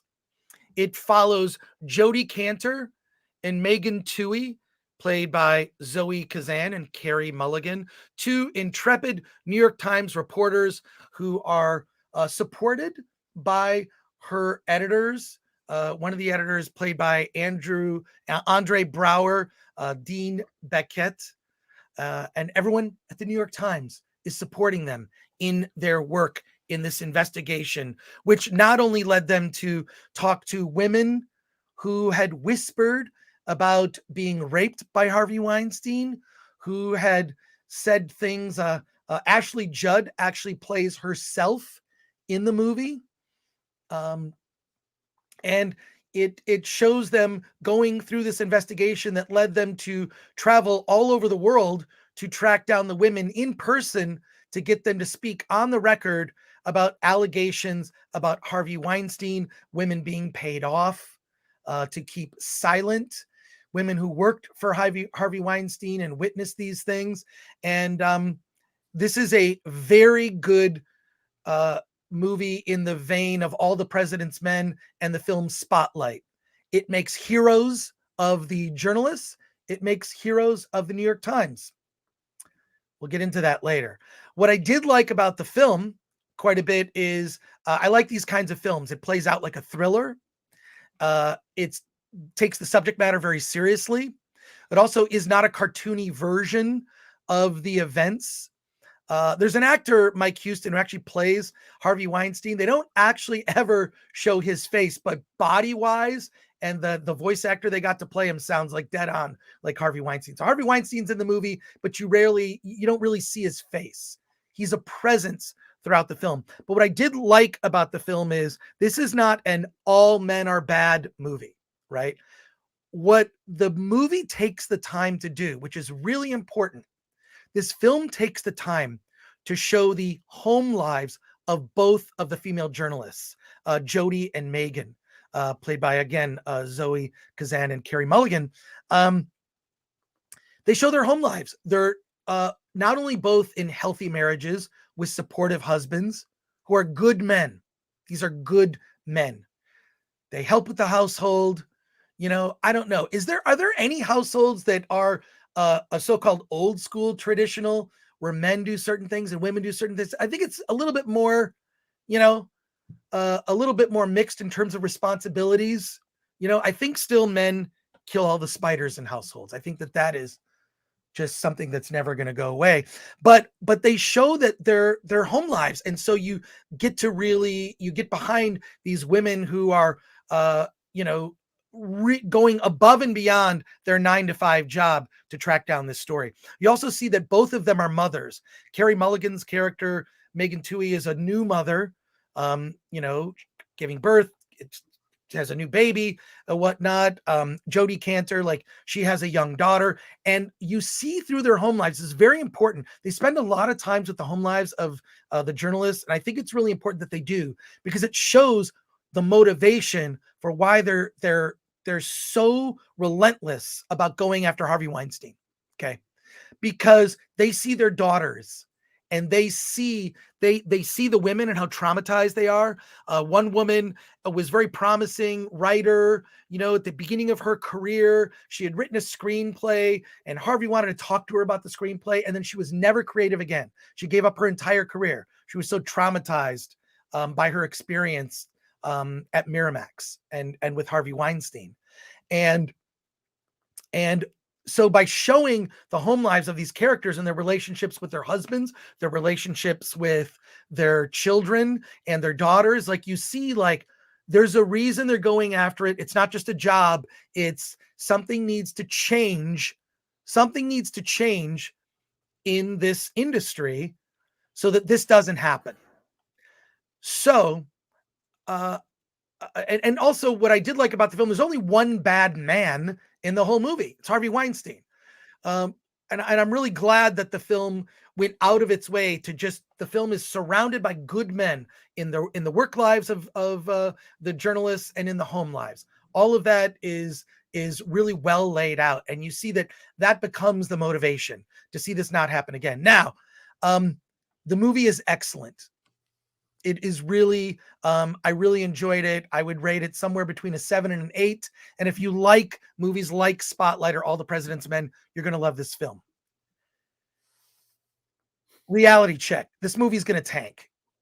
And I'll tell you why. The movie is going to tank because people don't want to see a movie that celebrates New York Times journalists at a time when the New York Times credibility is in question. Okay. Additionally, I believe that the Me Too movement has overreached And none of that is covered in the film. This is solely about Harvey Weinstein and breaking that case and the result of that. Okay. So the movie's going to tank for the same reasons that movies about 9/11 bombed at the box office at that time. 9/11, horrible event that affected all of us. America's innocence was lost that day. And Hollywood saw fit to rush out some movies, some of them very good. The one about Flight 93. Is it Flight 93? Alan, could you look that up? That movie I thought was very good. But a lot of these other 9/11 movies, I had no desire to see them about 9/11. Something about it was too soon. It didn't seem right. Monetizing that tragedy. And I believe that the general movie-going public will reject this movie. Hollywood made this movie for themselves. Okay. Hollywood made this movie to give themselves a pat on the back to show the world, hey, hey, everybody, you know that stuff you heard about actresses in Hollywood and all that stuff was happening? Well, we made a movie about it, and it's not us. It's not, nope, it's all done. Nothing to see here. You can go away now. All good. Well, so this movie is going to do incredibly well when it comes to awards. You're going to hear about it a lot. You might be shamed into seeing it because how could you not see this film? It's so important. But I'll say, excellent movie, but something about my gut when I walked out of the film, I'm thinking, New York Times sure came off well. And Hollywood made this movie basically almost as a way to kind of absolve themselves of sins of the past, so to speak. Having said that, I started Film Threat in 1985. I moved to Los Angeles in 1989. I sold Film Threat to Larry Flint in 1991, where he owned it for about 5 years. And I published the magazine was published by Larry Flint during that period of time. And I moved to Hollywood, and I thought the idea of the casting couch was like this far gone thing. Like it was something from the 1940s when directors, wore those hats and jogfords and like something that didn't exist, right? Come to meet a bunch of actresses in Hollywood and find out, this casting couch thing that's just how the industry works. So I met with a writer named Josh Allen Friedman. And Josh Allen Friedman, Drew Friedman's brother, by the way, Drew Friedman, the famous artist. You might know who Drew Friedman is. Josh Allen Friedman was a writer from Texas who began writing a column in Film Threat called Tales from the Casting Couch, where he would interview actors and actresses about the casting couch. Now, let me just say, we ran this column in Film Threat for about 2 years. Different writers wrote it. I always fought for this. I worked with, and I'm not telling you, like, this is also coming from the guy who I will give you a serious analysis of a film, and then we'll do juvenile humor. Okay. I'm not saying I'm any sort of even, I'm not, it sounds like I'm tooting my own horn. I don't want to do that. I just want to say, here's what I want to say. I noticed this, and I'm nobody, and I noticed this when I moved to Los Angeles back in the late 80s, early 90s. I saw that this was happening. And we wrote a column in film. We had a column in Film Thread. A bunch of different writers took it on. We interviewed Rhonda Shearer. Do you know who Rhonda Shearer is?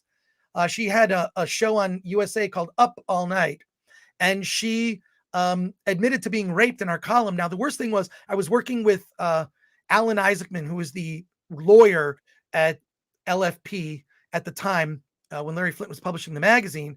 And Larry Flint was all behind this column, right? Like, let's expose Hollywood. Here's the problem. Legally, we always had to write around who the identities of the people were. And it was shocking because it wasn't just women, it was men. In particular, the Me Too movement has specifically focused on one thing: heterosexual white males. I hate using the word cis, so I'm not going to do it. I don't like those terms. Those terms are kind of not using it. So basically, it's focused on heterosexual white men. This is as rampant in the gay community. Okay. There are a lot of cases that come to mind and names that come to mind, and you know who they are. There's been no gay version of the Me Too movement Has there? And all I'm saying is, as much as Hollywood wants to pat itself on the back, things are different, folks. I would say that I don't think things have changed. I think this is still happening quietly.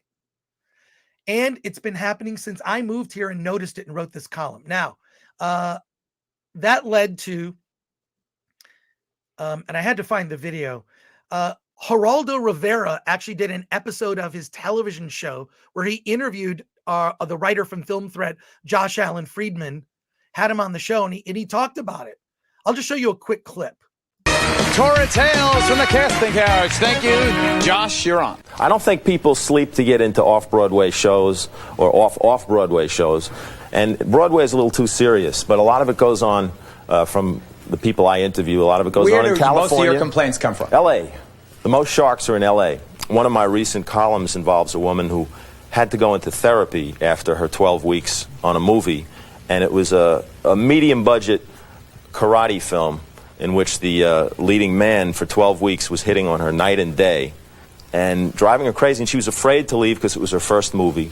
But even in her one semi-nude scene in the tub with the star of this Bruce Lee imitation film, the guy was jamming his foot into her bathing suit while the cameras were rolling. Any used car salesman can become a producer if he bankrolls a low-budget film or a video and can put an ad in the Village Voice and say Madonna lookalikes, open call. Okay, so that was from the early 90s with Geraldo Rivera. This caught the attention of the local Fox News. There was a reporter there who really liked Film Threat and what we were doing. She was kind of punk rock. Lori Pike at Fox Local News in Los Angeles learned that we were doing this column. I don't know how much of this I should play. It's a little long, but I'd like you to check this out. Maybe I'll take the time to go grab an extra cup of coffee. But here's a clip from Lori Pike's report. And just a warning in this, a shocking warning. You're going to see early 90s me. And you're going to see what my hair looked like then and what I looked like. And it was sort of one of the first times I'd ever been on television. Even for local news, I was kind of nervous about it. And we'll talk about it after the clip. I'm just going to show you this. It's about 3 minutes long or so. So I'll just show it. It speaks for itself. But again, a warning about my hair. And try to sort this problem out in the so-called Year of the Woman. After all, this industry has been very progressive with issues regarding censorship and gay rights. But sexual harassment, it seems, remains an invisible evil that Hollywood cannot shed. You come over to my house tonight and I'll just forget the whole thing. You are disgusting. Hollywood and sexual harassment go hand in hand, according to many of its victims, most of them too scared of being blackballed to come forward and accuse their big-name perpetrators. You get an agent and they try to prepare you, get ready because you're entering the jungle, and you just have to learn to deal. This actress says she faces it all the time. A producer tried to engage her in sexual phone calls. An audition for a feature film turned strange. I go inside, camera set up. They start, slowly asking me questions, very, very personal questions about my sex life. And eventually I just burst into tears. But when a casting agent flat out asked for sex as part of an audition, she decided to report him to her union, the Screen Actors Guild. She got no help. I just didn't know who to send me to or what to do. SAG addressed sexual harassment in its newsletter last fall and can refer victims to lawyers, but has no task force for what many see as a rampant crime in Hollywood. This film magazine even dedicates a monthly column to victim stories. They are so plentiful. We started the column about a year ago, specifically because I noticed a trend in Hollywood having a lot of friends who are actresses, of actresses being harassed. Editor Chris Gore says the problem is aggravated by the number of people willing to give sex for movie roles and record deals. There's just as much on the other side of the desk and the other side of the couch, which is the producer actually being offered sex for a role. Sex sells in this business. That adds to the problem. In the entertainment community, there appears to be even more emphasis on women as sex objects than elsewhere. And when women are constantly being viewed as sex objects, it does lap over to the treatment of women behind the camera and in the workplace, which supports those people who are in front of the camera. Almost everyone I spoke with for this story said sexual harassment is worse in the entertainment industry than it is in the business community at large. So tomorrow we're going to take a look at some of the reasons why and look at some entertainment companies who are doing something about it. Serious issue here. It's interesting to note that in a liberal industry, it's worse there than it is in industry. Believe it or not. Thanks, Lori. Thanks, Lori. So let me turn my camera on here. Sorry, I'm making coffee. All right. So that was about 1993. That was 1993, 94. Okay. And the only person, look, by the way, so this is 25 years before the Me Too movement. Film Threat was writing a column about this. Okay. So has it changed? No. But did it become a big thing in 1993 and 1994? Our column was virtually ignored. No one cared. There's another report. I'll show it later. I'll show it later if we continue this discussion next week. But let's just go to the comments. Yeah. So Alan, I don't like to be big all the time. Let's go to the comments here. We got a lot of comments. We have our special guest that'll be joining us at the top of the hour. We might have to go a little bit after that. Richard and Holly are in the background. In our digital green room. They're going to be joining us just after 11. So, but let's go to your comments. It's Patrick Lemire. She said should be called They All Knew. See, that's my argument is everyone. I was covering this in the early 90s and literally we do a column. I think, oh man, this Rhonda Shear thing is big. Do you think my whole thing was doing this is look, I'm doing this sort of movie nerd magazine, right? Film Threat. And my hope was at the time, investigative journalism is expensive, okay? It's expensive, it just is. My hope was that someone smarter than me is going to take this up, right? Someone like the trades, the Reporter, Variety, some other media outlet is going to notice the Film Threat column, use that as a jumping off point to do a series of really serious stories. Because all we were doing was exposing this, right? See, that's my whole problem with all this is the hypocrisy. You know, they allowed this to go on forever. Well, I was just looking up SAG went on strike 2 times since then, and you know, this was never an issue that they should have put. I mean, this is an issue they should have put into the contract negotiations, and they wouldn't do it. Lori Pike did a second report. I don't know. Maybe I'll show that next week or something. Gamer Ward says women can do stuff now. Not the Batman says, for sure my household is old school. My wife breaks something, I fix it. She tells me I did it wrong. Well, that happens. I think there are sort of a division of certain responsibilities in a traditional household, but you know, maybe not as much. Sometimes I cook. There you go. BMO Better, there should be a prequel name. She said nothing for years. See, I think that's the problem is why did it take so long to come out? Why did 25 years before Film Threat, a little nerd movie magazine published by Larry Flint, by the way, which was an issue at the time, a guy that I admired just for his stance on free speech. But, you know, I'm pointing this out. Someone else, it should have been a groundswell of other journalists. It didn't happen. It took 25 years later for that to happen. Yeah, and honestly, the conspiracy theorist in me says it was Trump's election that catalyzed this. I think, I don't know that's a conspiracy theory, but it's sort of like in response to Trump winning the election, because you can see photos of Harvey Weinstein with almost every important person. Every important Democrat. Every Democrat, for sure, because he donated, right? Which makes you think, had Hillary won, would there be a Me Too movement? Well, exactly. I don't think there would have been. I don't think there would have been a Me Too movement. And then it would have just remained quiet forever. My Kingdom for a Film, the trailer for this was boring. It needed to be told from a different perspective, I think. And also save the reveal for the film. Also, Zoe's performance felt very dull just in the trailer. The trailer is so pretentious. The trailer's super pretentious. I hated the trailer. I didn't want to see it. And then I saw the movie and this is actually a very good film of a sort of mini genre, like All the President's Men and Spotlight. Question. says, no, this is a person's name is questioned. Isn't this like if the Vatican had written Spotlight, Weinstein is a scandal of Hollywood's making? That's exactly where the hypocrisy comes in. Mhm. Michael Seagriff, do they go after just Weinstein? Yes, it's just about Weinstein. Or do they focus as well on all of those who looked the other way or enabled him? That means the actors who always spoke glowingly of him while knowing the truth. They don't go after those people. Matthew Hammond says, I really want to know when the New York Times first knew what was going on with Harvey Weinstein and how long the story was prevented from being published. They go into that in the movie because they can't go, like, they had to get other sources. They had to get people to go on the record. Things, yeah. They had to corroborate the facts. Yeah. Criminal, And then, Ronan Farrow was well known to have had all the evidence. And, right. and Well, it being buried. he's in the movie as himself, but he's not a big part of it. He's just sort of mentioned.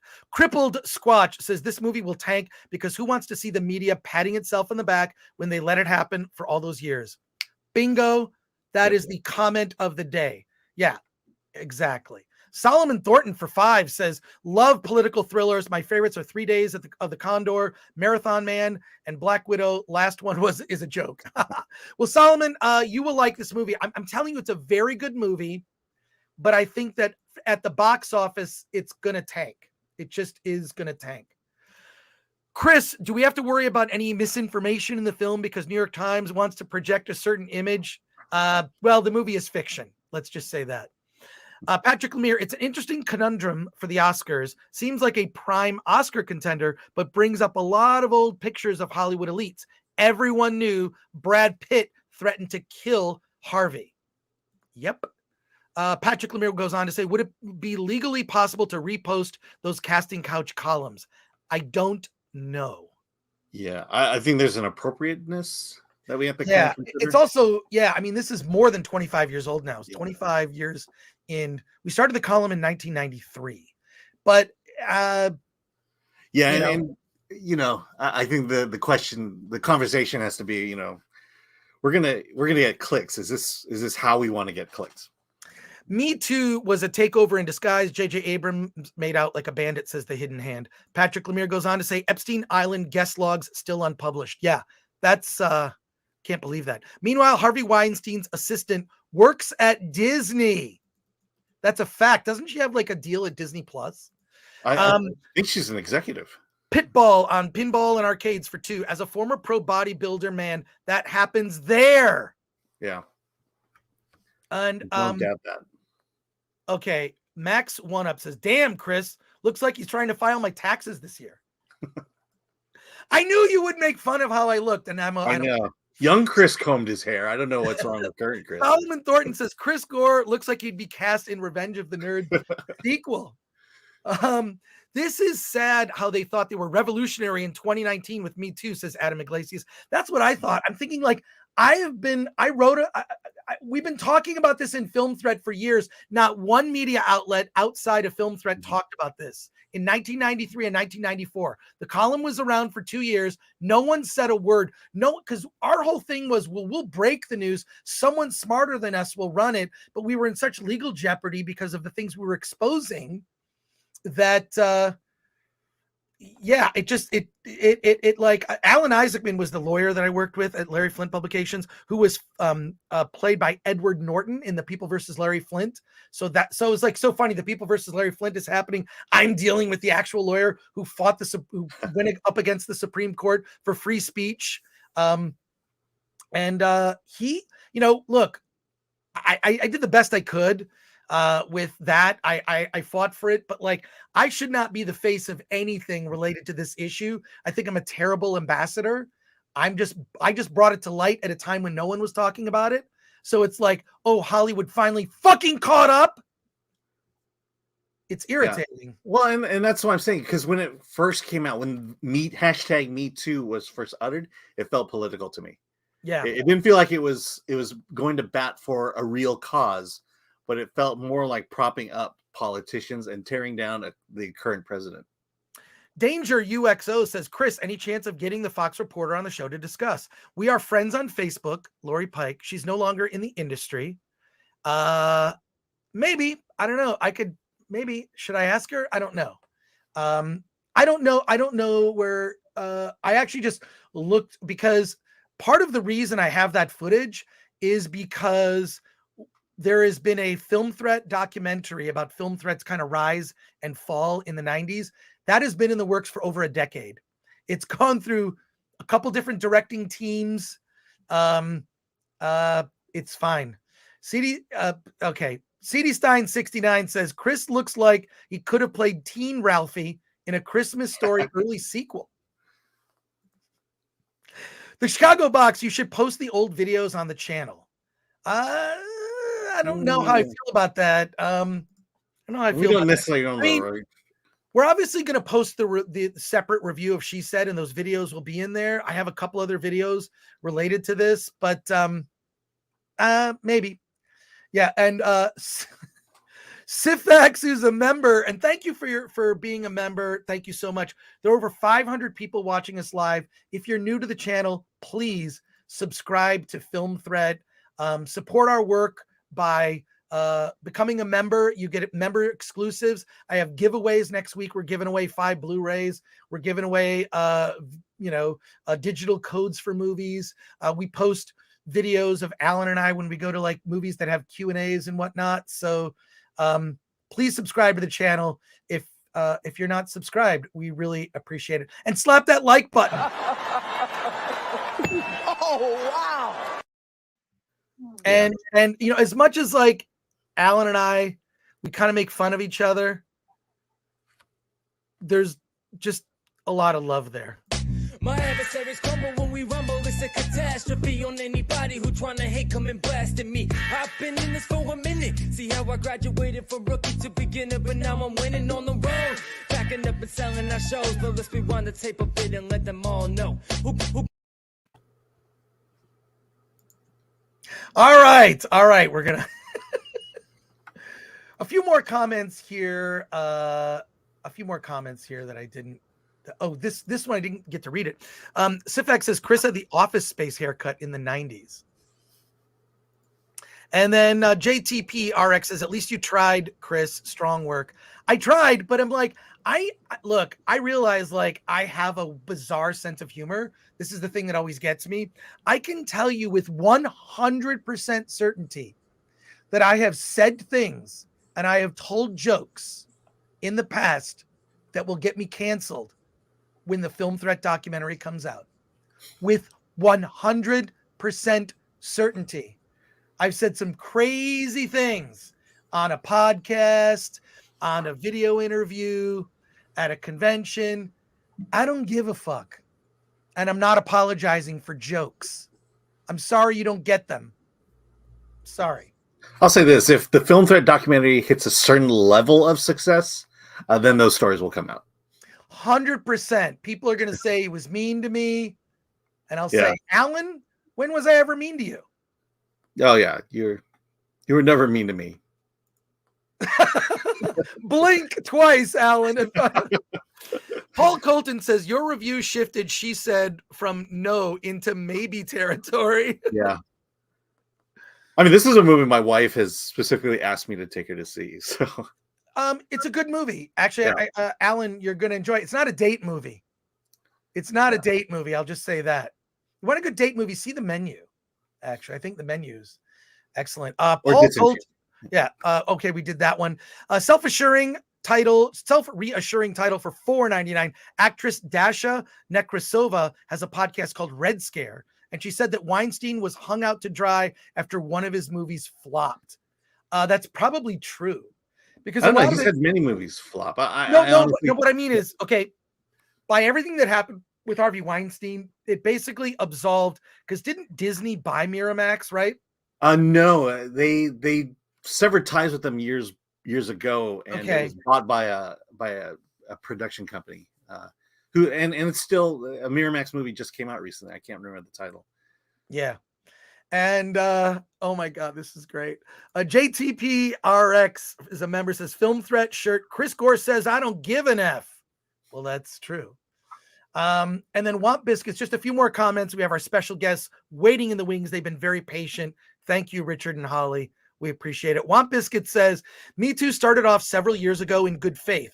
Then when Trump was elected, Alyssa Milano and that bunch co-opted it and made it total crap. I think it's a power play. It's a power move. It's a way to diminish certain filmmakers and producers. And it was a way to for others to advance. And also, I do feel like good came out of it. I think good came out of. I think you can't ignore that good came out of the Me Too movement. You can't ignore that. Okay? It's just, why did it take this long? And one final comment here from 90s Skinny Gore for 179 pounds. I raised concerns in the 90s. Hollywood ignored me. This is, oh my God, this is so funny. You already got a screen cap of skinny 90s Gore with my goofy Beatles haircut, or whatever my haircut was back then. Yeah. Oh my God. And you're paying us in pounds. I was such a nerd. I mean, like, but I was like a legit nerd, but like very passionate. I was, as some of my coworkers called me, I was a very passionate irritant. So, and Dexter Morgan says Tar is the movie you should see. Thank you, 90s Skinny Gore. 90s Skinny Gore, I hope to see you back. But let's pivot for a second. Damn, wait a sec. I have to figure out how do I I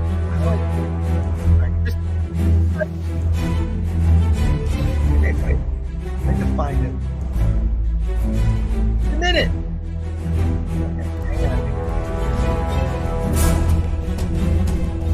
Is this right? Is this the correct? Folks, give me a second. Just no pressure. All right, I think I got it here. Let's introduce to the Film Threat Livecast. 500 people watching. Stick around. We're going to continue our conversation. It is next week, Thanksgiving. It's the second, well, maybe it's the second or third best holiday, right behind Halloween, which is a month-long celebration for me.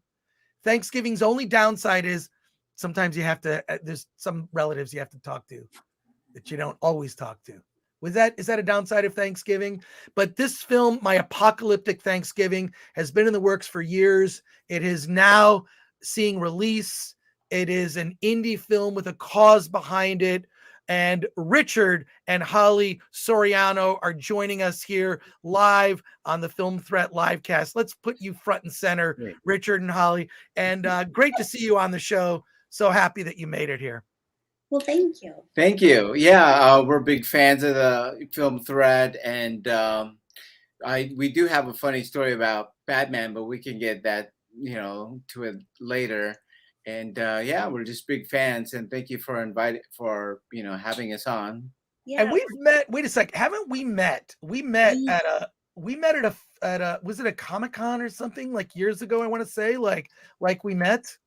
I've met you, ran into you here and there. You doing your My Big Fat Independent movie. I saw you do your seminar in Comic-Con, and I saw we hung out with you at your Attack of the Show or Attack of the Dock, and we hung out afterwards. I know, because you've come to panels of mine and we've chatted after, and here's photographic proof that we met. That was WonderCon 2017, I want to say. Yeah, that's about right. WonderCon 2017, we met there, and I know that you've come to my panels and always been gracious, and always enjoyed having conversations with you after the panel. But tell us about this movie, My Apocalyptic Thanksgiving. Your timing could probably not be better. Thanks. Yeah, My Apocalyptic Thanksgiving. I wanted to just come up with a title that only had 3 words, and I was trying to fit in Thanksgiving, zombies, and special needs, and somehow Apocalyptic came about. At first it was My Most Apocalyptic Thanksgiving, and then someone said, just make it 3 words, so it's My Apocalyptic Thanksgiving.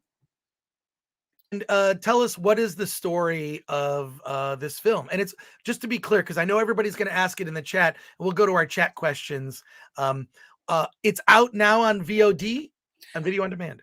It comes out on the 22nd, and just so you guys know, our distributor is Freestyle Media, and they have been amazing. They really want to support indie filmmakers. And yes, next Tuesday, and we will list all the links. We already have pre-orders for Apple, iTunes, and Vudu.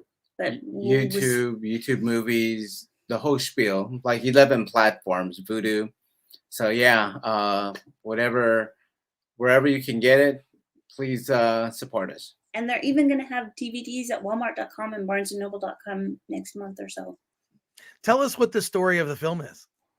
It's about this guy who's autistic, and he's obsessed with zombies, and he goes on the search for his absent mother, and wants to have Thanksgiving lunch with her because he wants to watch the last episode of his favorite zombie TV show and share it with her.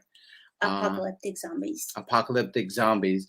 And so he befriends his Korean family and this drug dealing gang, and they compete to teach him the meaning of family, but through his favorite zombie TV show, he teaches them about forgiveness. And we have questions in the chat. Do you mind taking some questions in the chat? Sure. Oh, sure. Okay, here we go. Let's go. Well, first of all, Daniel gives us £5 and with a big thumbs up. So we appreciate that. Let's see. Danger UXO says, I like the movie poster. Great design. The Wardroom says, welcome, Richard and Holly. I think our audience really does love that we bring indie filmmakers. Like I always say, like, look, I mean, and Richard and Holly, you were sitting in a chair and when you weren't filmmakers then, and then the thing that changed it was you decided to do it. So yeah. Captain Cook says, Apocalyptic Thanksgiving is a redundant title for my family. And, the Chicago Box asks, Thanksgiving is as good as it is an explosive mixture of people. What inspired your film? Well, we've been taking care of special needs adults for a number of years. And one day when I was driving around, this ad came on the radio, and it was about finding your soulmate online. And one guy said, if you can find your soulmate online, why can't I find my mother? And I found that to be a really heartbreaking story, and I was writing about it. And I found out I was more or less writing about myself, and I was in a not so good place. And so that's how I came about it. Some of the other inspirations are, every Sunday we would watch The Walking Dead together, and they enjoyed it. They thought it was comical, violent. So, and we want that in a movie because that's how we relate to each other. You like zombies, I like zombies. You like Batman, I like Batman. So it was so important to include the zombies, and soon it became the subtext. And he has a psychotic breakdown, and the zombies become real for him. And so that was really important. Yeah. More comments here. Black Ferret Visual says, looks like this could be an instant cult classic to me. Solomon Thornton says, zombies and Thanksgiving, an interesting combo. I'm sold. And Bear Down Adam says, sounds like a heartfelt film. I can't wait to see it. How did you two find most of the cast? Oh, for the A story, because, there's two parts to the film. There's the A story, which is the main story based on the guys. And then there's the TV show, which is about a girl in the middle of the zombie apocalypse. All she really wants to do is charge her cell phone. And so we had those two to play off each other. And we auditioned over 400 people for the main story. And then we auditioned probably another 30 or more for the zombie TV show. Because one of the things you learn is so much of filmmaking is casting and then working with your cast. And our director did a really good job of pulling out wonderful performances and having an eye for who would be a good fit. Yeah, and Joshua, who plays Marcus, he lived with us and stayed, observing the special needs adults every day. And he would pick up the smallest tics, how they talk. Like one guy, he would talk and he would finish his sentences like this. and he would talk like this. And so he would pick up all these little ticks, and we even had some of the social workers come over and look at Joshua, and they thought he was special needs because he does such a great performance in the film. And JTPRX says, thanks for helping special needs. Let me extend that thanks also. I have a stepbrother who has Down syndrome. So first of all, he's hilarious. He's very high functioning. He works in a lawyer's office, and he's awesome. So kudos to you for helping with special needs, adults and or kids. It's my heart goes out to you. How did you fund the film? Asks Owen. We worked 3 jobs and we turned part of our house into an Airbnb. And you know that adage in indie film, it can be fast, good, or cheap, but not all 3. And so what we had is we had people helping us, because overall, it took us about 12 years to get the film done when all is said and done. But that way, because just like you said, I mean, we love these guys and we want to show them in all their complexity and give them agency instead of the ableist films that tend to come out that strip them of their humanity. And so for us, it's like, yes, so we'd rather be slow than make it this fancy, slick thing that could bring in like the bazillion dollars, because that's not why we did it. It's really to showcase them. Yeah, and on your point, and earlier in the show, you were talking about humor and how they have this great sense of humor. And, I wanted to portray that because, again, you have to make fun of yourself. I mean, you can't take yourself so seriously. Part of like when you say special needs, by default, you want to follow their journey and this and that. But we wanted people to fall in love with Marcus and the special needs. And so if he had a sense of humor, which they do, politically incorrect, because they're like this childlike innocence, but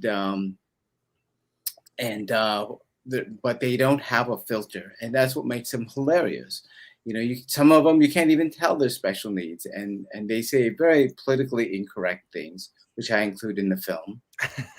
More comments here and questions. Spaceman says, hello and welcome. I was a job coach for special needs adults years ago. Thanks for making this. I'll watch for sure. Oh, thank you. Apocalypse TDM says, sounds awesome. Zombie themed holiday film. I'm in. And the Chicago Box asks, sounds different. What genre would you say it is? It's kind of a dramedy, but it's and horror, kind of a mashup. Because it's kind of like the horror is kind of more like Shaun of the Dead meets Ash versus Evil Dead versus like The Exorcism or something. The Exorcist, something like that. So yeah, it was hard because it was like, would I watch a special needs movie? Not really, because I live in that world. But would I watch something with zombies? Absolutely. And it's so funny because so many people are like, special needs and zombies.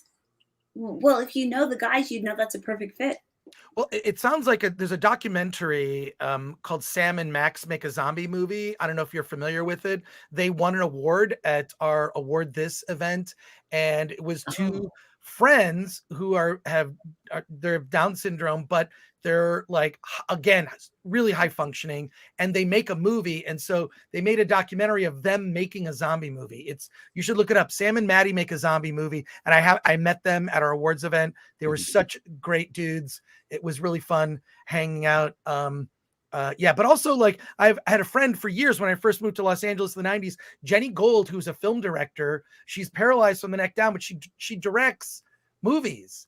And she was pointing out to me, she ended up making a documentary about a disability in film and history of it. And it's like disabled are the highest so-called minority, right? I mean, we like to say, like, people like to divide things by, ethnicity and whatnot. And it's like, well, the highest one is people with disabilities. That's the highest. And it is a little pandering, Hollywood. And what did they made fun of it in that movie Tropic Thunder with Simple Jack, like that Hollywood likes to like make these movies about people with special needs, but they never cast people with special needs. although Crispin Glover did a whole series. They did a trilogy of movies, all starring special needs actors. More comments here. They're coming in fast and furious. I got to keep up. Composer Dave68 says, "Go Richard and Holly."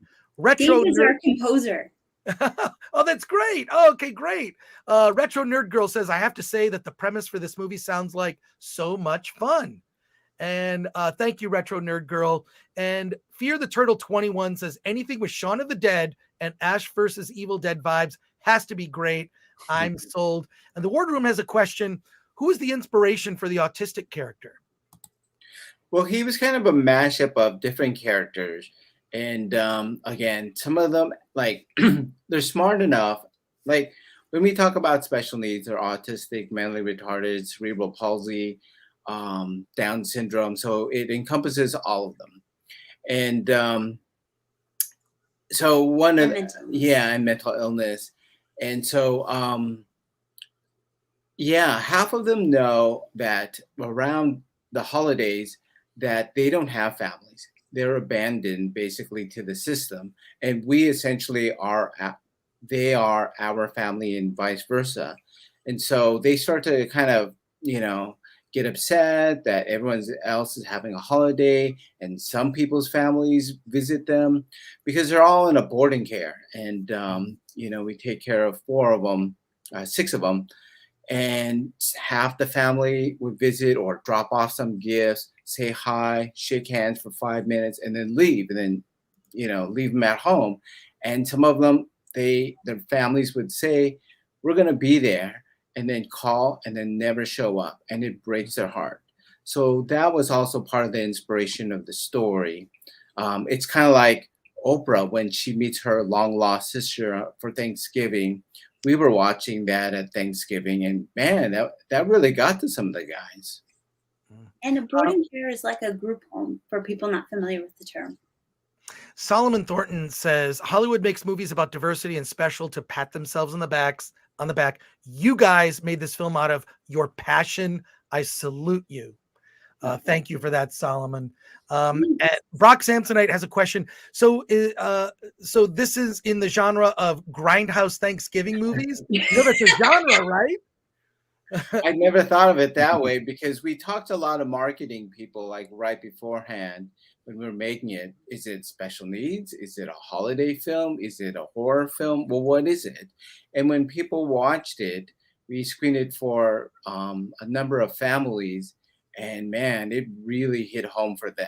I mean, anyone who has special needs or mentally ill, members of their family, it just really hit home for them. So they totally understood what was going on in the movie.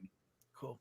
Zavin asks, were there any scenes surprisingly easy or hard to film? All of the above. Yeah, indie film is hard. I mean, it just is. But what were some of your challenges? It's just a matter, like typical things like schedules. Like we lost a location the day before a shoot, and and just trying to coordinate everything and figuring out how to best tell the story. Because like we got a bunch of footage, but then we did a cut, and then we did about 10 technical screenings and got notes from like 60 people of different walks of life, just to kind of figure that out, to really kind of figure it. And once we start getting notes based on things we couldn't change based on the footage that we had, because I was the producer that said no more reshoots, none of that stuff. We knew that we really couldn't do anymore, and so it's just the whole process was learning, because this is our first time taking on something so ambitious. Cool. And let's wrap up with this final question here. It's a good final question. Owen asks, what was the biggest lesson learned making your film? The biggest lesson, I think, start with the end in mind. Don't have a heart attack, and avoid lockdowns. Avoid lockdowns is good. And Foz has a great final comment here. Bringing attention to autism in a real interesting way is very admirable. I think whenever there's anything zombies in it, You had me at zombies, and I like just a different, new, and interesting way to tell a story. And I think authentically portraying disability on film is something that is admirable. I think we've seen Hollywood have their attempt at it with varying levels of success, but I appreciate this film, especially The Timing Could Not Be Better. Excuse me, I'm losing my voice. My Apocalyptic Thanksgiving is coming out next week, Tuesday, November 22nd. Perfect for the holidays. Available on all video on demand platforms. You can pre-order it now. iTunes, Vudu, all the major platforms, YouTube Movies. So check it out. Richard and Holly, thank you for joining us on the show. Is there a website people can be directed to? I think I had a website that you guys, didn't you guys create a website, right? Yeah, My Apocalyptic Thanksgiving.com. We threw all that stuff out at the beginning because we're super nervous. This is our very first podcast talking about Apocalyptic Thanksgiving. Well, really good job, by the way. Yeah. You did a really good job. Here we go. Here's the website. It is myapocalypticthanksgiving.com. We will put the link to this website in the description for this episode and the spin-off video we do. Additionally, a link to the trailer. So there you go. Look, you can even contact you. You can reach out to us. We're happy to answer questions, and we're working on our next project. So yeah, absolutely. Let us know. Congratulations on the film. Timing Could Not Be Better. I think it's going to be a huge hit. And, I love it. I love it. This is the kind of originality that Hollywood can't do.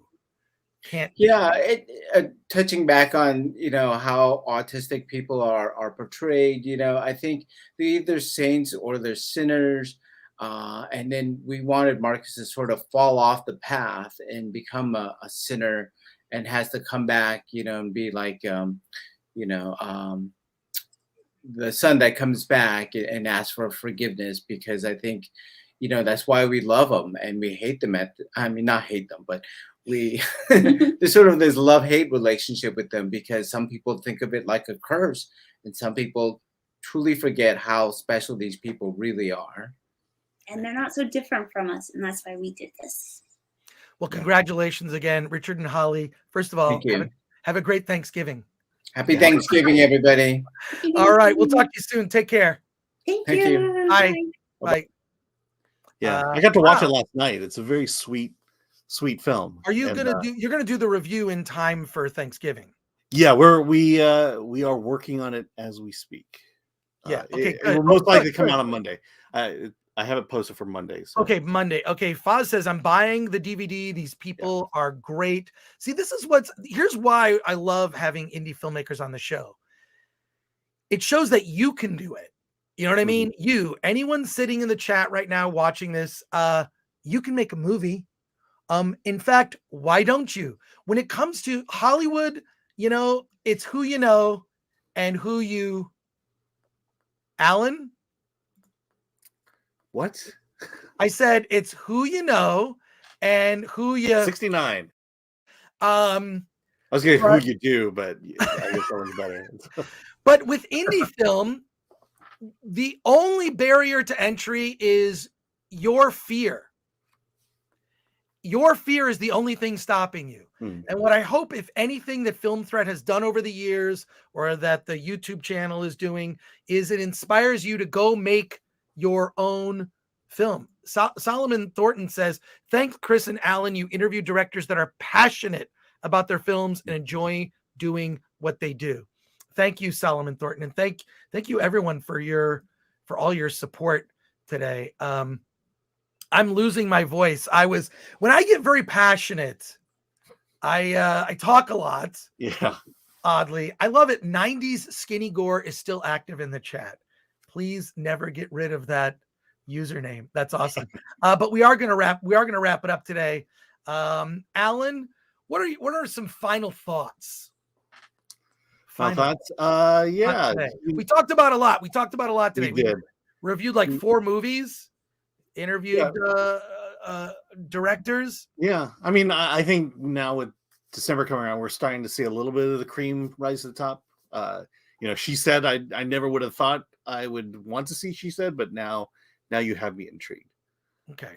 All right. And then a couple other things. I am excited. I'm seeing a bunch of movies next week. We're going to be talking about, let me look at next week. We're going to be talking about a documentary called Only in Theaters. You will have seen Pale Blue Eye. I'm going to be talking about. I was supposed to see it yesterday and I couldn't. The traffic killed me. Okay. Well, there's a bunch of movies we're going to talk about on Wednesday, indie movies. We're going to be talking about a movie called Doctor Who Am I? It's a Doctor Who documentary. We might have to move that to Wednesday. But I think I'm going to go see The Whale with Brendan Fraser. Yeah, I'm seeing The Fabelmans tonight. We'll talk about The Fabelmans. Let's add that to our list. Let's definitely add that. The Fabelmans. I did see it. We don't have time to talk about it. I have some very specific thoughts about The Fabelmans. It was in limited release. I believe it's coming in. It'll be in its wide release. Is it this weekend or next weekend? I think it's next. It's next weekend. Next weekend. So we will talk about The Fabelmans next week. What else are we talking about? It's like all the invitations are coming in, so I'm trying to find my schedule here. All right. Well, we've got a couple of quick last minute comments here. Heinlein says, need a young Gore origin story like Andor. 69 episodes. I think the correct number of episodes is 69. That's how many episodes we're going to do. That'll be that. Yeah. That's what we'll do. Thank you, Heinlein, for your comment. And CD Stein 69 says, I think that's the most we've got through in a single episode, rant and all. Only thing we missed is an Allen's Corner. We didn't get an Allen's Corner today. It just doesn't happen every day. Well, we could do body parts. That could have been my corner there. That could have been your corner. It's like Allen likes nudity. Brock Samsonite, I really want to see The Whale. I hear it's really good. I'm supposed to see it tonight, but the screening is overbooked. I might not make it in. Yeah, I'm seeing it in December. You're seeing it December. Yeah, we might. Unfortunately, we might be pushed. We might have to push that one. But look, all I can say is this: you can count on the fact that we're going to be talking about some movies. So that's it for us today. It's been a pleasure spending time with you. Want to thank Glanuccio on point with the graphics and the thumb. I will say this: the thumbnail that we had for today, I almost think crossed the line. The thumbnail where it says, that's what she said, that was all Glanuccio's idea. He put Michael Scott in the background. I don't agree with it.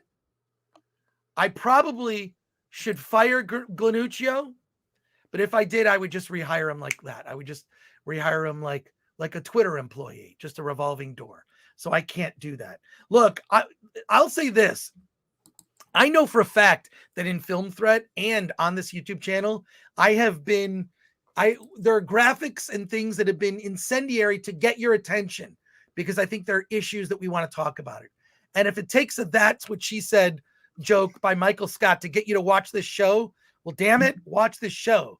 We can't, because we don't cover Marvel movies and TV shows until they come out. We like to tell you about indie movies, and we hope that it's interesting whether we're talking about superheroes or not. This is like a superhero-free episode, and I think it was a worthwhile episode. Alan, what did you think? Yes. Well, I mean, not to ruin it, but we did have a Disney movie in this. We did have a Disney movie, and we did...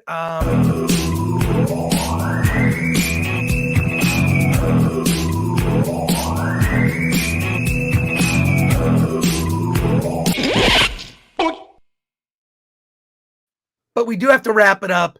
Alan, what do you say? Let's get out of here. 69. 69. You can just add that one to it now. We're going to add it to it. All right. Yeah, just add that to it. Yeah.